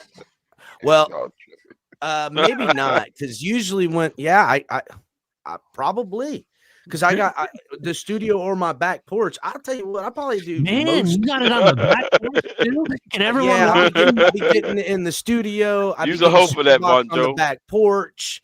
So, I mean, I need it for 4 bedrooms and a back porch and a fucking studio. So I need 6. All right, I know. I got a high know libido, boys. What can I tell you? I need a bunch of super boxes. You heard? I need Yeah, one. I'm being real. I got a good appetite, Lou. What's good? I know the great idea of the scapegoat show, but I think this is right up Shake's alley. He needs to have a super box late night show. Yeah. Duh. Yeah, what do you think insomnia is? Yeah. That's what you need to do. Insomnia Super Box Edition. Yes. What? As a matter of Cap, fact, I was thinking about what to name, because that's why I didn't do insomnia. But now, thanks to you, when I make my thumbnail for insomnia, I'm gonna put that on the title. The locked and loaded. What were you saying, Lou? well, I see you in your studio now, so that means your phone was a little bit free. Did you read the full message I sent you? I did, it's kind of odd, right? Because I'm all right. So, damn, Oh, ABAB. let's That get Superbox messy. edible. Look, Let's so get messy. God I've been damn. in this community a minute now. It's crazy how time flies, right? Because I think I started 2021 in like November. So I've been around here for going on 4 years now, right? Been doing this for a minute, and it's weird, right? Like we're watching the evolution of content and the way in which people receive their news and spend their time with the screens. You know what I'm saying? Pretty much, right? Like everybody's on their phone looking at it all fucking day. And you kick on the TV and watch movies, you watch long scripted fucking series and live sports or news, but regularly now news has lost so much, and even like series and stuff, because it gets stagnant. This medium of content, because it's available just as easy on your phone to watch and listen to, I've watched how different things have changed over the years. See, people don't remember when I first started doing this, ain't none of the beat writers were on YouTube. They weren't doing episodes on YouTube, and they didn't come to YouTube on the channels but once in a blue moon. Okay, this is the facts. It was very rare for one of these beat writers, and everybody wanted to try to get them to come on, right? Or have some kind of dialogue, and still do, right? I mean, who doesn't want to have a dialogue with somebody in manner? But I'll be real. In them early days, there's a lot of ass kissing for people to get things to happen, and that's part of life, right? And that might not be because these writers or whomever want like their ass kissed. It might just be that I don't want to be on a fucking YouTube channel. Some asshole treat me some kind of way. They're a little guarded, and rightfully so. They have reputations and anything. Fast forward to where we are now. It's almost like they've become more content creators, and they're aligning with the things that serve the narrative that they need to write too, right? But what I'm really trying to get at in a broad picture is that if you're singing the praises of what said beat writer or YouTube content creator or X fucking bullshit ass creator, whether you've got 5 subscribers or 50,000, they've now started really lockstepping. And it's not they're lockstepping to because I think there's some of them are purist, right? Like they've given blood. They will die for the cause. But I think the marriage that has happened is more because there's finally an enemy to go against. When people stop coming out and just saying, Dolphins said this today, the Miami Dolphins draft board, who are they going to, this fucking robotic thing, which is still the biggest content on this app, right? It still is. If you're going to come out and make a robot content and say this fucking well-oiled machine of just robot, that'll do fine on this channel. But coming out and being expressive and standing against the narratives has created what I perceive to be an absolute marriage between content creators and, people associated with the team, whether it's trainers or, family members or anything. It's actually it's put them closer together because they have like a common enemy in this fact. And it's funny to me that it's really grown over these last 4 years. For Tua. It's not for the Dolphins. That's the thing. It's for Tua. They're constantly going, everybody hates Tua Tagovailoa. Go touch grass. They say the new, whatever the fucking middle schoolers are saying, like the next burn that a middle schooler says, that's what they say, and they're in their fucking late 30s or some shit. Their 40s. But they've created this marriage. it's just so fucking weird. Let me right? let me ask a question. It's What does weird, touch grass bro. even mean? Huh? What does Touch grass? That mean? means it means you're a shut in, and this is an imitation off of you lived in your mom's basement. Remember 4 years ago Yeah. when we were doing this, everybody was living in their mom's basement. Well, now that's not cool anymore. The words have Right. shifted. Now it's touch shifted now. grass, implying you're living in your mom's basement. It's the next Right. new kid on the block That's a term. step up Just from like it, I guess. just like in football, and this They've is why graduated the terms, Cap. well, here's the thing. This is why the English language in America is really hard to understand because and England because we're always saying something is something else. It's all It this changes. Yeah, I know. It always is shit, hard. like, you know, being cool is cool, but not cool. And then It you is know a what I'm saying? class 5 language, though. It It is. is. So my point is that they just it's a parroted nerd follower. They're leading by unifying each other.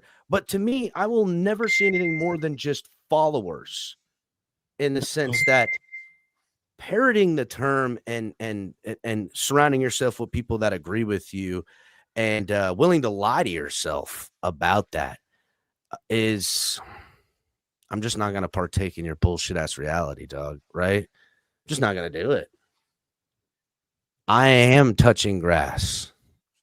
Shout out to Armando, who is quickly becoming the most charitable around these parts. I appreciate the show, fellas. Keep it real. Salute Armando, showing Salute, everybody man. the love. Salute.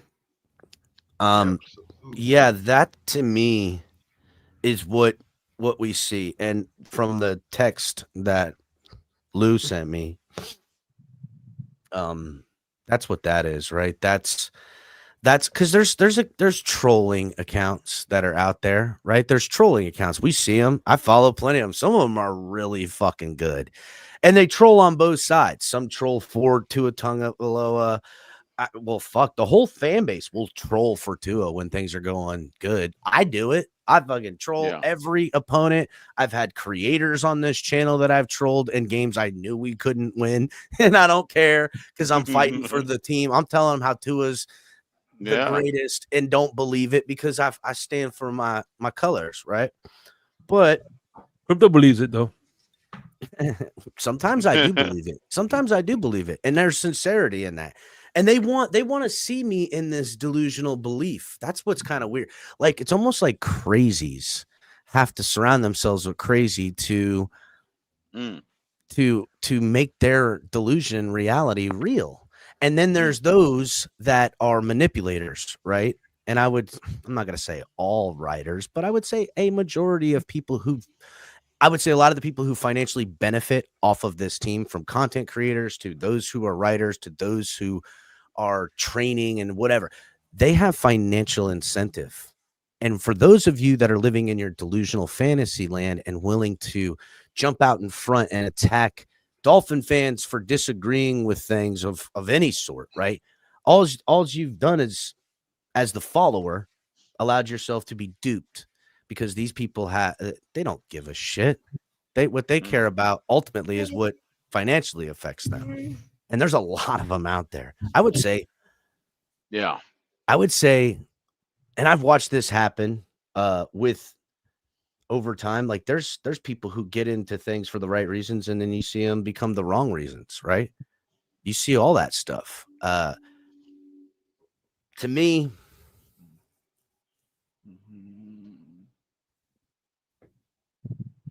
they can go fuck themselves. Because those that are followers, they'll always be followers, or they'll get duped and then they leave.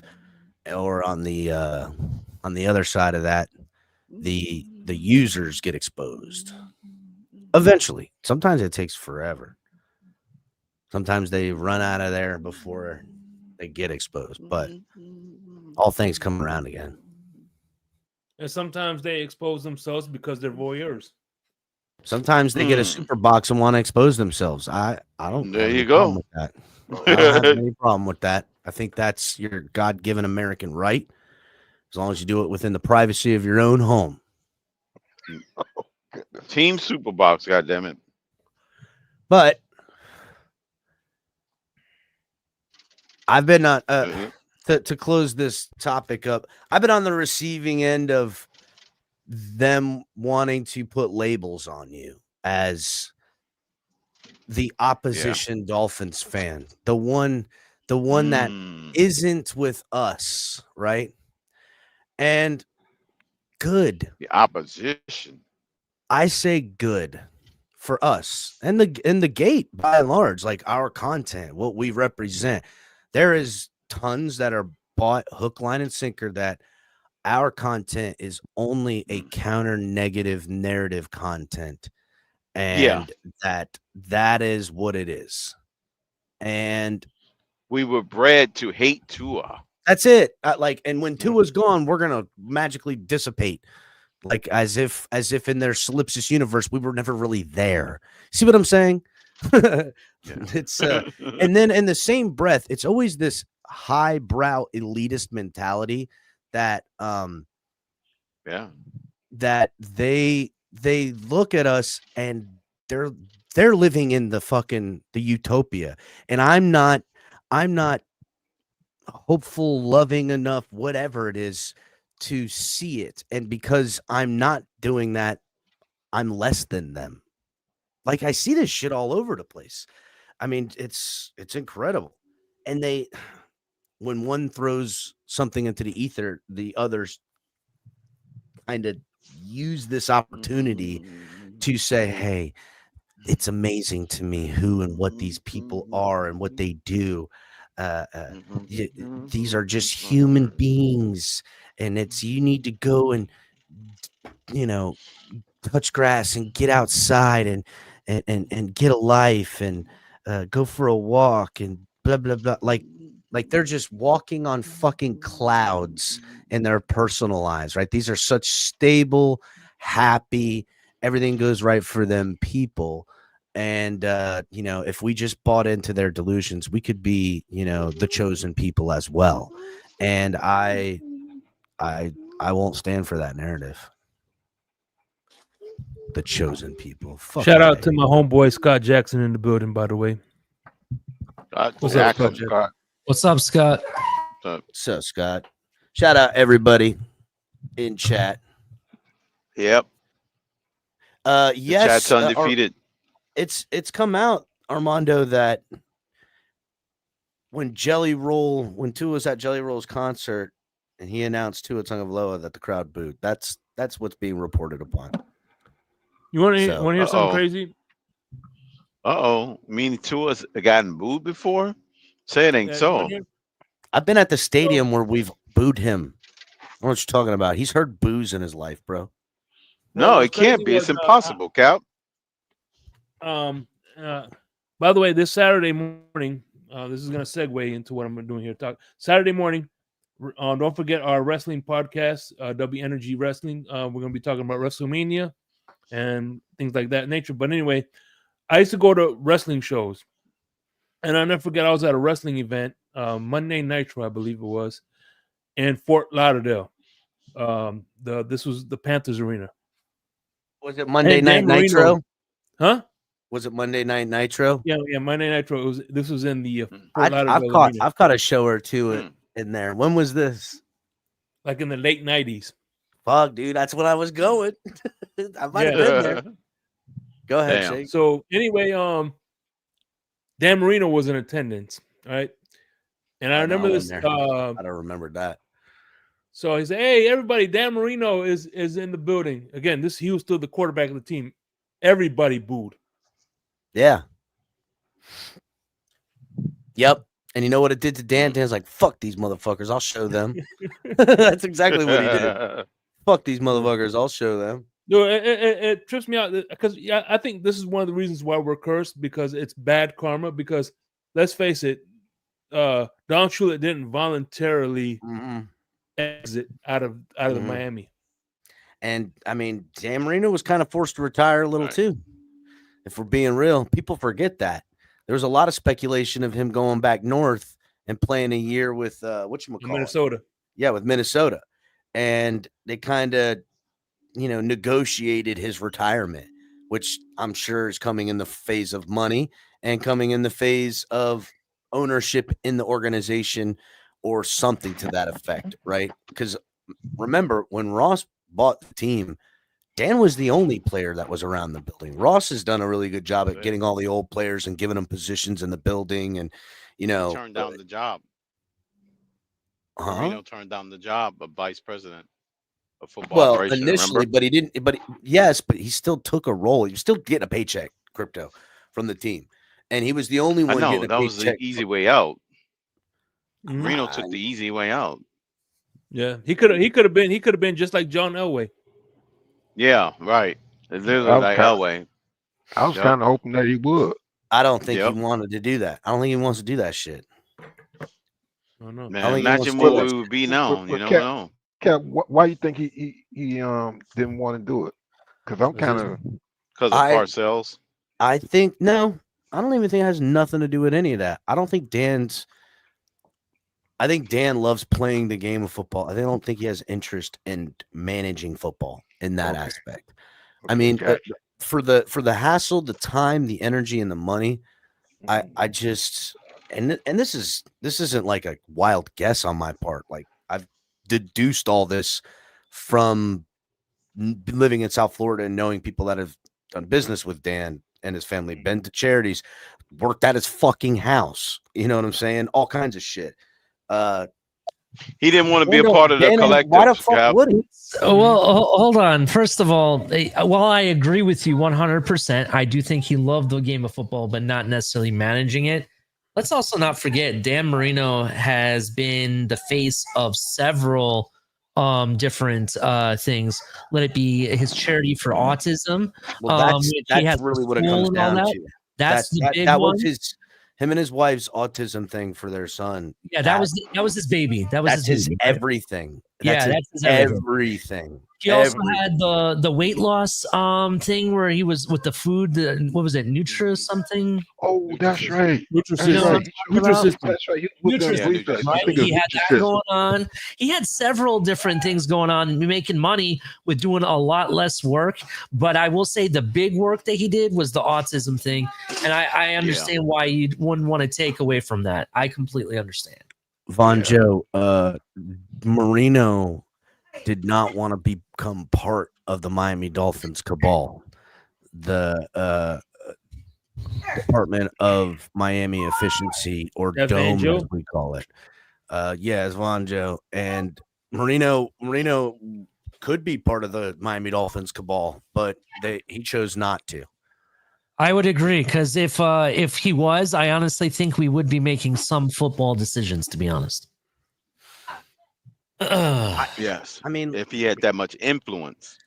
listen, if we're being real, just because you're a good football player doesn't mean you're a good management or fucking recognizer of football talent or any of those things. You know, Michael Jordan is living proof. exactly. That's true. That's a good So- point. And then on the adverse, Magic Johnson seems to win wherever he gets He's involved. exactly You the could opposite. argue- Magic Johnson is involved. No. So there is that too. El Cap, then we have to go back and see. This is why I don't like to have the argument, because then we have to go back and define what does it mean to be a football guy. Because honestly, if you go back and look, and I've already done the deep dive, Dan Marino would have been the only one in the room that's actually played the game of football. Yeah. Chris And- Bridges and played I'm- football. Ali, I'm not debating. By definition, you have to call him I'm a not football de- guy. I have for zero that. debate on who's a more football guy. I would just say Yeah. if you broke Marino down into like core Do anybody have him on the character record stuff. on his philosophy? No, just core character things. I would say Dan Marino is a fierce competitor that played quarterback Oh yeah. more than he is a quarterback that was a fierce competitor. Meaning that I think that's what he chose to compete at and take to the top. I don't think he has any desire to compete at building an NFL fucking football team. Like that's to him, and he probably even knows himself, because people forget Dan was a son of a bitch. He was not fucking nice, and he wasn't going to take Mhm. your shit, and he would talk to you in the sense that Mhm. I'll whip your ass with an implication. And he'd say it with a smile, but he's like, I'll fight your ass right now, bitch. It's kind of how he would talk about things. And we know how that ain't cool in the fucking management company. And he probably knows that about himself too. Like, what am I gonna do? Crack some fucking 22-year-old kid? I got a mad dog 22-year-olds. Nah, I'm good. You know what I'm saying? He's probably like, I got more important shit to do. I had a hard enough time holding my players accountable. You want me to hold an entire team accountable? No, That's thanks. true. Yeah, because I'm telling you, I seen Marino and the offensive lineman didn't do his job. I seen Marino jump down his throat, and that Yeah. guy did not show. I mean, you saw fear in that guy's eyes. Fucking right. Because you want to know something? He was Whether you're not big playing enough, around. Mr. Pope, whether you were big enough to probably handle Dan or not, you Right. knew he had a fucking cannon. And God Yeah. forbid he'd fucking unleash that into a fucking fist. You don't know what would happen. You Yeah. gotta just take Right. in motions alone. If he did a throwing motion and punched you in the face, he was gonna fuck your day up, dude. Like, there's just no way. So, Bro, like, But, you know, but Cap, what I'm trying to say, his charisma or attitude was like that. He was somebody that the manager that want the best out of you. And if you're not giving him the best, he will jump down your throat. Yeah. Whether it be physical or mental, he will jump down your throat. And I saw the fear on some players' faces when he would get on their case. They weren't Yeah, doing he right. wouldn't. He didn't care who they He were. played He would around. get in their face, yell, scream, Exactly. curse, whatever it took. You know what I mean? He didn't care, and that's something I do like. You know, I kind of personally, I'm looking for that trait in our next QB. I want someone that can stand on 10 toes and tell you how it is. If you're playing like shit, I want him to tell you you're playing like shit. Exactly. I don't want this, hey, let's go play Marino. patty cake in the corner. I oh, don't you want gotta be great to call out other people's flaws. You gotta have few of your own. Yeah. And that's the facts. And you gotta not only possess the talent, but you gotta possess the discipline and work ethic to be that. Because if you're outworking everyone all the time, no one could say you're not doing everything you can. If you're a guy and you're doing the minimum and you're failing on Sunday, when I scream at you, what the fuck you gonna say? Yeah. I was here doing the extra shit trying to get this right. I didn't see you. That's why it ain't happening here on Sunday, bitch. You know, to be honest though, that some people say that Tom Brady's best power was the fact that he could read defenses. Yeah, I'm sure that definitely gave him an advantage, but I would say it's because he kept his players accountable. Just like Dan Marino, he would go yell at players for not executing. What the hell? These guys hold themselves. They hold themselves accountable first. They hold each other accountable. Well, they hold themselves accountable first. Yeah, and then they want you to meet their standards. And if you're not, who will? Who will?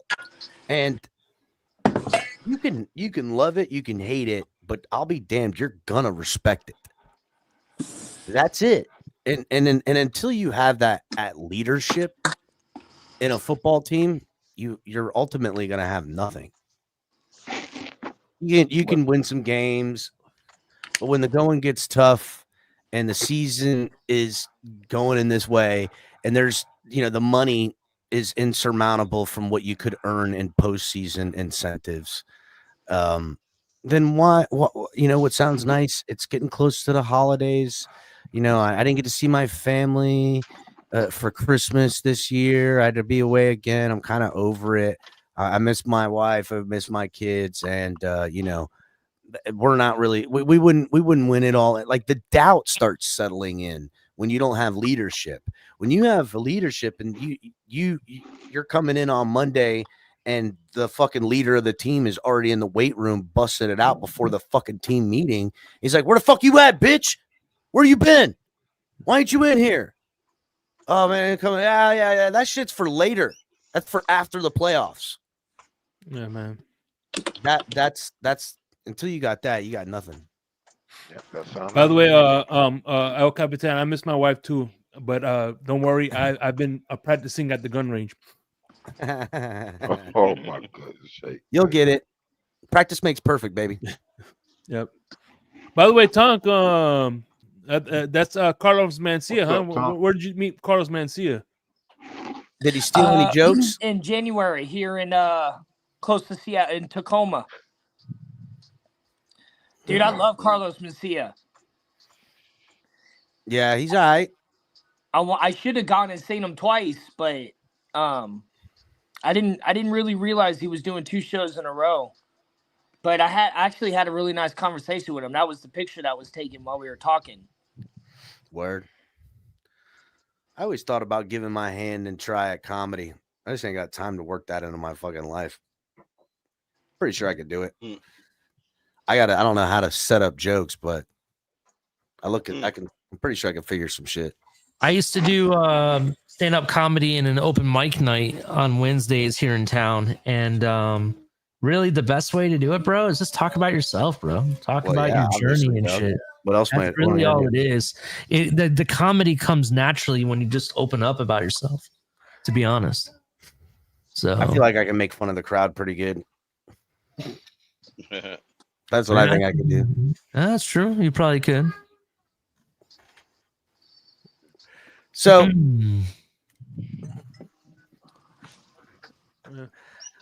Comedy Man, Central. can y'all imagine it? Like I said, Dan Marino was My the wife owner- does that was plenty, the owner of Miami Liz. Dolphins, man. That would be off the chain. I do see Yeah. what I would project to be a net positive if Dan had that type of Scott. If Dan had that type They're a of role tragedy, with not comedy. management, right? I gotta envision that if Dan Marino was running stuff in a more involved way with the team than he has now, and like it was kind of like his vision being built. In my head, I say, yeah, I think that would be better than what we have, but that doesn't mean that would be right. You see what I'm saying? Like,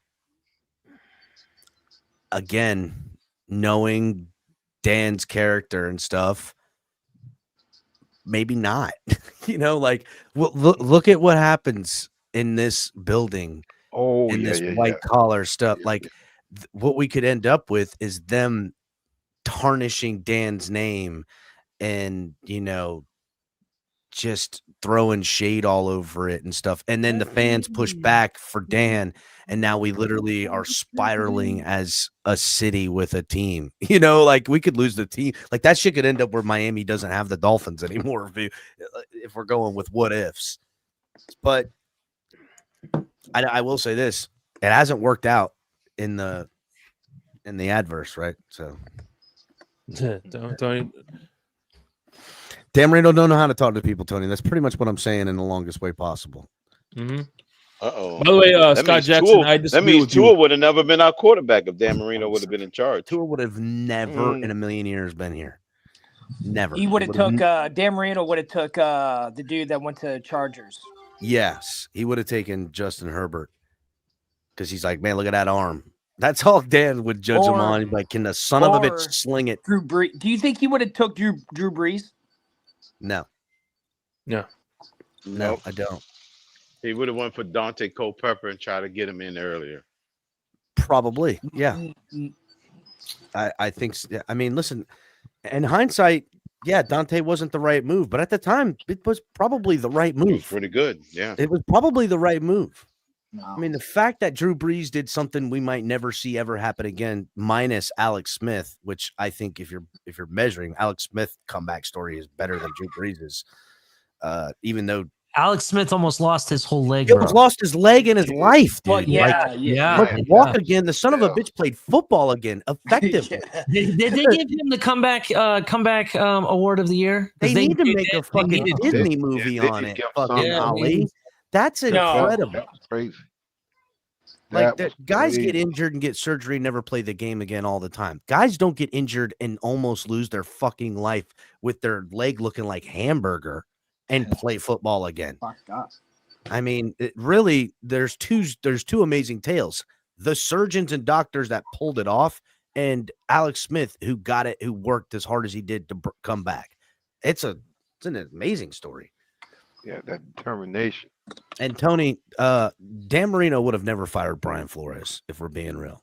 And that's honestly, he would have never fired Brian Flores. He would have kept Brian Flores here. There, you heard it, ladies and gentlemen, live. That's pretty much a gimme.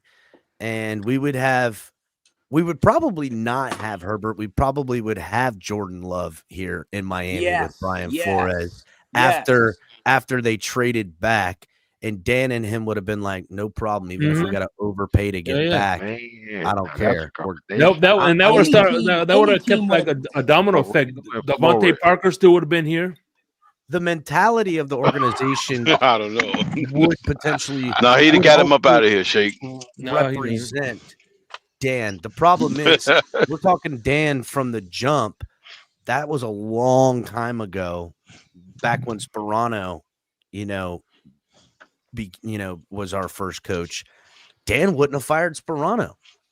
What? For being real, Dan would have kept Sperano. That was a long. No. Dan would have kept. He would have kept him. He would have kept him. Sperano was no. Let me use the word soft. He wasn't soft. That man, He wasn't soft, and he certainly wasn't a fucking problem. He was That a was hard a long ass time ago. He was our head coach. Yeah, but that's probably when Dan would have been head of this team around then. Right. So Toronto would have been a guy he loved. Dan Campbell's overall, those guys, he would have kept. Yeah. Or if we're being even more, Dan would have hired fucking Mike Tomlin, and we would have been Dan Marino, Mike Tomlin all the while. Yeah, dude. Fuck yeah. Mike Tomlin would have been on board. He would have never been a Steeler. We'd have been, and he would have drafted Patrick Mahomes. Like, what are we doing? We're living in a fucking fantasy. We would have Lamar Jackson and Patrick Mahomes right now with Dan Marino and Mike Tomlin. We'd have Travis Kelce. We'd have. Oh yeah. We would have had both Kelce's at the same time. Do you think we would have Gruden here? Yeah. I think Offensive Gruden. coordinator, I think Gruden's going to coach again and going to be successful. Yeah. He's going to coach. He's going to coach in the league that plays indoors with the fence around it. What is it called? Arena football. No. Yeah, arena football. Do not be surprised when John Gruden is announced as like the next head coach of Seattle or some shit, or fucking the Panthers or some shit like that. Don't be surprised, because there is Dude, the that would coaching, be dope to like the dress NFL up as coaching, an email. the and go NFL to the game. coaching carousel right now, I would say, and I don't have the numbers, but I would just guess He that on sucks an as a head average, coach, though. I would say on a 2-year average, because it's kind of funny. Sometimes there'll only be like 4 fires, and then the next year there'll be like 10.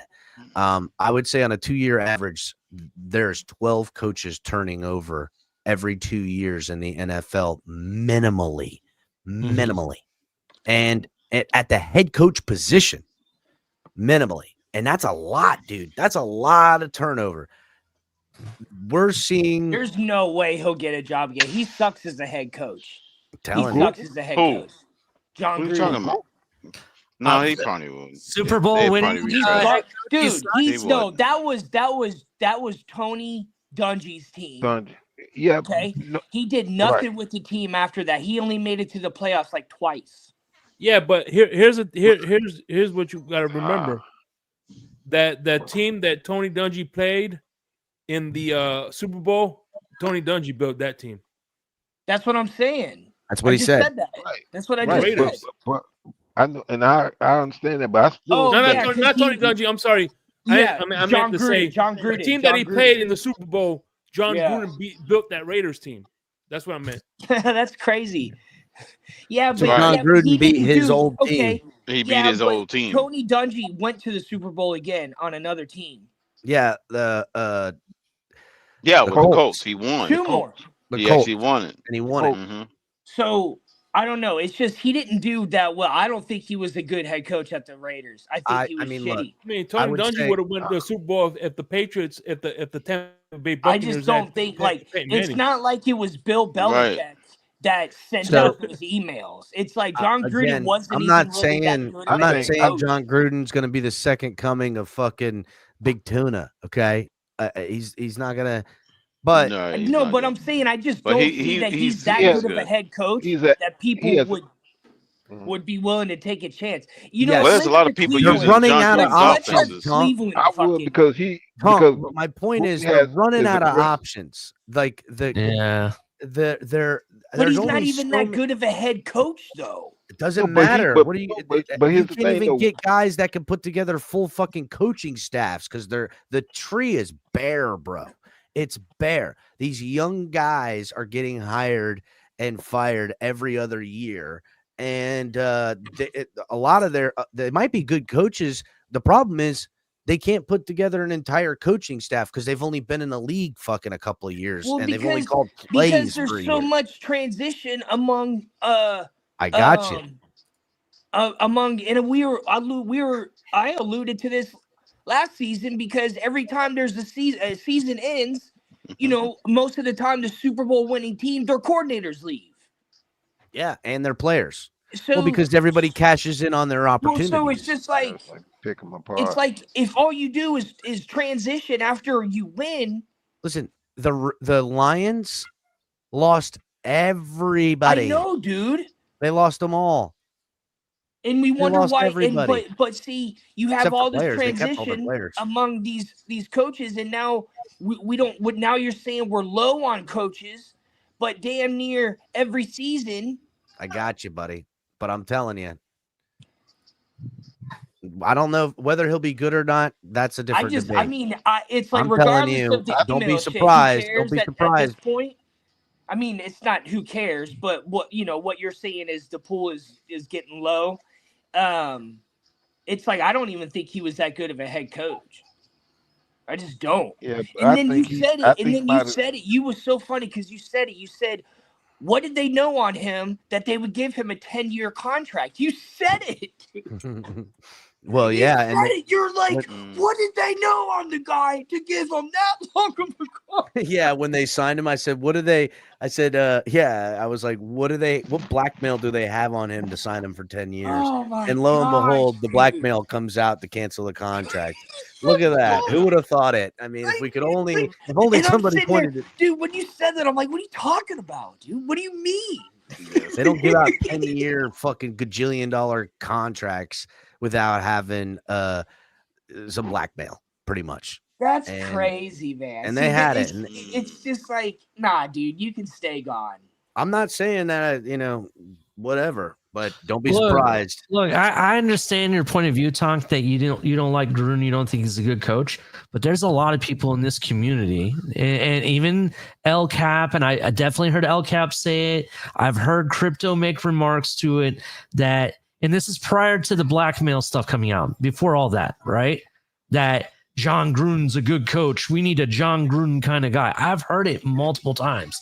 People, Well- it doesn't matter. You don't like him or he's not that great of a coach. I get it. Or maybe the blackmail stuff, which I don't know all the ins and outs of that. So I don't know exactly what happened there, but maybe that's why he's a bad coach or whatever. But prior to all that, people here wanted him here at one point or another. Right. And I think when it comes down to it, what I was just trying to ask, would he be here, is more of about John Gruden and his style of coaching, being that hard-nosed kind of guy, Right. and That's what I'm whatnot. talking about, Ali. That's what I'm talking about. I like the Flores style of coaching. I like the, hey, I'm a drill sergeant kind of guy. And that's what Sperano was. Sperano was that type of guy. Yeah. You know? And may he rest in peace. But I mean, I'm just saying, like, those are the coaches, in my opinion, that win. Andy Reid is one of those type of guys. Like it or not, he is. You know what I mean? And he continuously Dude, Mike there's Tomlin no is a way guy like that. you can't Go ahead. compare John Gruden to Andy Reid. I'm not comparing But them. I'm in not. that, he's in that class. He's in that class. I think he's in that class because he's a hard-nosed coach. He has he has the intellect and everything. I think he's going to be a head coach in the NFL. Personally, I don't know all the stats. The and all Raiders the background, but so how long was he the head coach of the Raiders this last time? 2 years? Was it 2 years? I think 2 seasons. It wasn't that long. It might have been 3 or 2. Because he got And hired. but- No, he got hired. I think with the same as Brian Flores, right? I can't remember. I have it here. So his second stint with the Raiders, that was what year was that? 2018, the year before Flores. Because remember they got what was it, Mayock or somebody to be the GM? It was somebody ridiculous. So he was there for only one season. I know you're talking about the former commentator. Yeah, the one that used to do all the drafts and everything, the NFL draft stuff. Right. But Matt Mayock. he was only there for one season. I thought it was at least 2. No, 2018 is when he signed the 10-year contract. Hold on, I'm reading here to find out when he was there. So it was like 2 seasons because he was there 2 seasons because in 2020 it was the beginning of 2021 is when he got fired. Okay. So almost three seasons. Yeah. Yeah, I don't know. I mean, how long he's been out though? How long has he been out? Since 2021. Yeah. Okay. So he had time to kind of, But telling you boys, that's why I think he. I don't believe it'll happen. I'll bet $50 right now he'll never get a job in the NFL. Don't do that, dude. He's not that old, bro. He could always come back. I think he can do it. Hey, I think he's going to come back as a. People in the chat too. I'll put I 50 think on it. I think talks out here. People in the chat too. Hit me up. Instagram. He wants to make that I'll bet. fucking take 50 on it right now. I think John Gruden Dude, at he's a his chump. time. That dude's a chump. I would always bet against him. I will say John He's Gruden. a chump, man. I lived in St. Pete when he was the head coach of the Buccaneers. I couldn't stand any of his interviews. He always had a fucking attitude. He's a chump. That's why I think he'll make a good head coach. He was. You can't talk about Chucky like that. Chucky. But the reason why he always had an attitude was because his team was shit in the bed. You can't talk about Chucky like that. He was the youngest. I'm your friend to the end. Heidi ho. I think Sean McVay broke his record, but I believe that he was the youngest winning Super Bowl head coach in history at the age of 39, before Sean McVay, I think.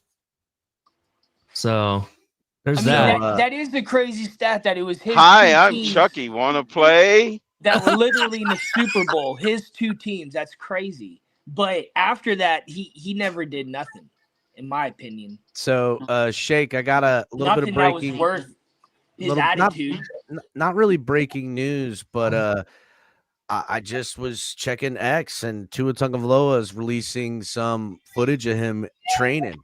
Finally, here he is, right here. I posted just a second ago. I said Tua Tagovailoa off the boat and in the lab training with pro boxer Ryan Garcia. Getting ready for 2020 for injury-free 2025. What do you all think of his training methods? Let's what do you think? Tua looking jacked, huh? He's like, what does Zach Wilson do? Give me the Zach Wilson. Yeah. I mean, that's Tua looking big though, right? He's colored his hair green. Yeah. I heard he got dyed that way at the Jelly Roll concert. To be honest, Good golly. I mean, he kind of looks like his gut kind of looks like he had too many Jelly Rolls. To be honest, too. Well, that's a pad that you wear around there when you're. I know. I'm kidding, bro. I'm kidding. Sarcasm. Nah, Tua's looking jacked. You know, new hair color. He's in there. He's training with Ryan Garcia. I don't know if I agree with the methods of his training, but interesting, right? I concur. What do you think, Crypto? What do you think, Crypto? I'd rather him trained with Ric Flair. Woo! Woo! Damn, Ric Flair. Ric Flair just gets drunk and hits on 20-year-olds now, bro. I don't need that. Tua's already doing that. Maybe he is training with Ric Flair. Ric Flair. He's out there honking the freaking. He's out there hitting the horn at the Buck Stadium. Look, Ric He pulls Flair the fucking thing to shoot the cannon. Ric Flair not only is hitting on 20-year-olds, he's going home with those 20-year-olds. Oh no, Ric Flair is landing, a great percentage. He's hitting at a really great clip right now, to be honest. So Shout out to Ric Flair. shout out to the GOAT, Ric Flair, the nature boy. The man with Space Mountain, that own Space Mountain. He trains with RuPaul. Damn, he trains with RuPaul. Damn. Who does? Shit. Tua? Well, Damn. Tua's training with RuPaul. That's RuPaul punching him. No, that was Ryan Garcia. That would be crazy. If I can get a face swap with RuPaul throwing those punches on Tua Tagovailoa. He's working out with RuPaul. That's the First of all, video we fuck got. around. RuPaul beat your fucking ass. RuPaul was like, "Here, motherfucker. I'll show you how we did it in the '80s." There they go.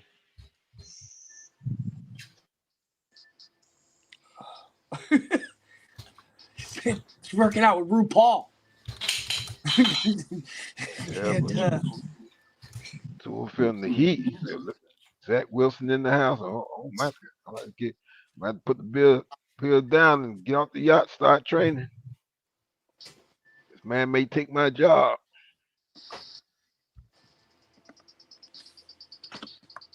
Oh goodness.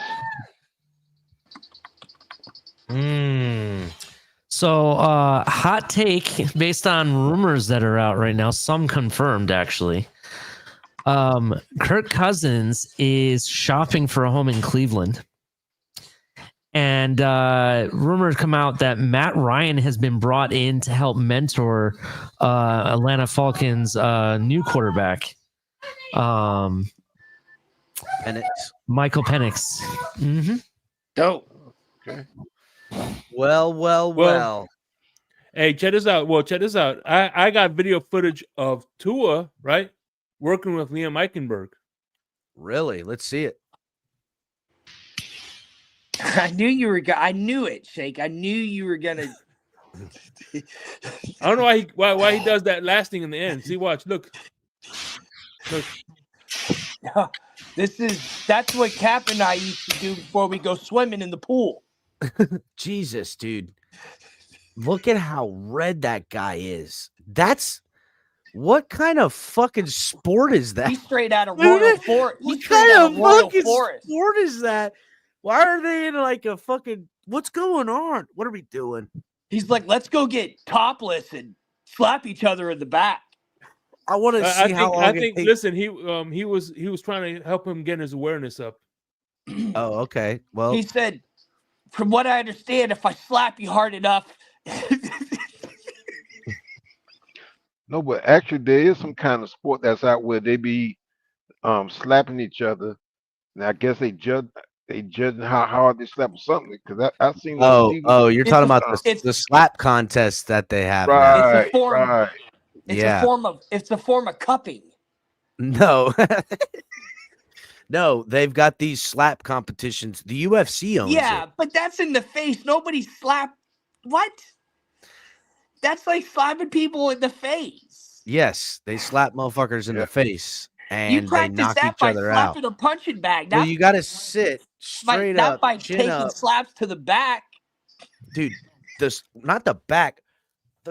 Like your ribs underneath your armpit almost is where he was taking him. He's like, how long do I have to slap you before you perspirate blood? That seems like the only thing that they're trying to find out from that. What kind It of? looks like something that Tosh.0 would show. Yes, that's incredible.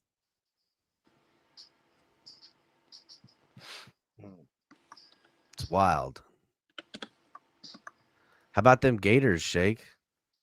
Oh yeah, Man, What am I? You said you Chopped watched the liver? game, Crypto? Look, well, everybody Tonk. been saying congrats, Shake. Congrats, Yeah, I Shake. did. Tonk, Congrats, Shake. Yeah, well, Everybody. congrats, Tonk. To fucking be down the entire game. They only had the lead in the game for like the under, last like 15 seconds. I think they had the lead in the game for like 51 seconds total. Yeah, a game minute and time. 31, a minute and 34 seconds. Is that what it total. was? It was over a minute. I thought it was under a minute. Yeah, they only had Jeez. the lead, which is crazy. It's insane. That's what they did. That's what they did in the Final Four game too. It's They insane. came back. I don't right know. at They the kind of end. they They kind of came back right at the end. they did come back right at the end at the Final Four game, but it felt a little bit more organic. Mhm. Like you could see things were working. They had nothing most In of that this game. damn game. And then they Right. kind of got a little bit going, but it was like, dude, it's just gonna it's because Houston wasn't falling off. It's just they got the lead and Houston kind of fucked, and it was over before you knew it. It was Right. crazy, bro. It was crazy. But shout out to the Gators, man. Good for y'all. It's good. Well, at least somebody in Florida's winning something. Thank God. I know it's been a while. Man. At least somebody. God. Well, I don't know. The Panthers have been keeping us Oh fucking yeah, real proud. yeah. Well, Panthers, yeah, but I don't know. Hockey Panthers- is just like Panthers been keeping us proud. I just didn't. I got to be honest. Don't watch a lot of hockey. Every time yeah, I watch exactly. hockey, every time I watch it, I'm like, God, I should watch more hockey. But I don't just, know. you know what it is? Their matches are at fucking dumbass times. It's like a Thursday at 4, and there's a hockey game that's going on. It's like, who the fuck's got time to watch hockey on a Thursday at 4? They got weird like times. They'll have good like primetime games in there, but most of it is like the seasonal matchups. They're at weird times. So at least that's what I think. Anyway, I'm There's gonna no way to wrap follow. this up. Yeah. I'm gonna wrap this up. If you want to keep it going, you can. I don't know. No, I'm fucking done, boy. I got to get back inside. I already got texted. So, Yeah, All right. appreciate you. I appreciate you for coming up as well, man. Listen, there's a lot of things going on this week for Finn's Tailgate. We got the drive time as always. We have 4th and U, 10U. Ali, you could. Yes, in a sir. minute. We have the wrestling show, and then of course the 2025 scapegoat draft. But let us know what you got going on at 4th and 10U. Definitely. On 4th and 10U on Thursday is round 2 of the NFL draft with me, Mike, and Bullet Bob. If you don't know who Bullet Bob is, go check him out on our show. Awesome guy, awesome dude to talk to. Very knowledgeable, big Gator fan. Yeah, super cool. We're gonna have him on the show more often. But yeah. Also, in about, 2 weeks time? 2 weeks time, I'm going to be here. We're going to be live here on TFTG for the NFL draft. Mike and the Mike will be here with us. hell I yeah. took a whole week off, so it'll be fun. But yeah, we got a lot to talk about, a lot of content rolling your way. I'm getting demands, though. People are asking me, when is Shake and El Cap and Company going to have the next episode of Finfo Wars? Oh man, we're doing. It's coming. The globalists are keeping us down. We're having a real hard time putting all this together. Listen, while you wait, please make sure and shop at finfowars.com. You get your free super pack, your a meal. It contains a lot of vitamin S, vitamin Shake Q, Money and Alex. vitamins. Vitamin Q, vitamin R. Not only is it a good supplement, gives you good sight, good vitality, but it also cleans your toilet.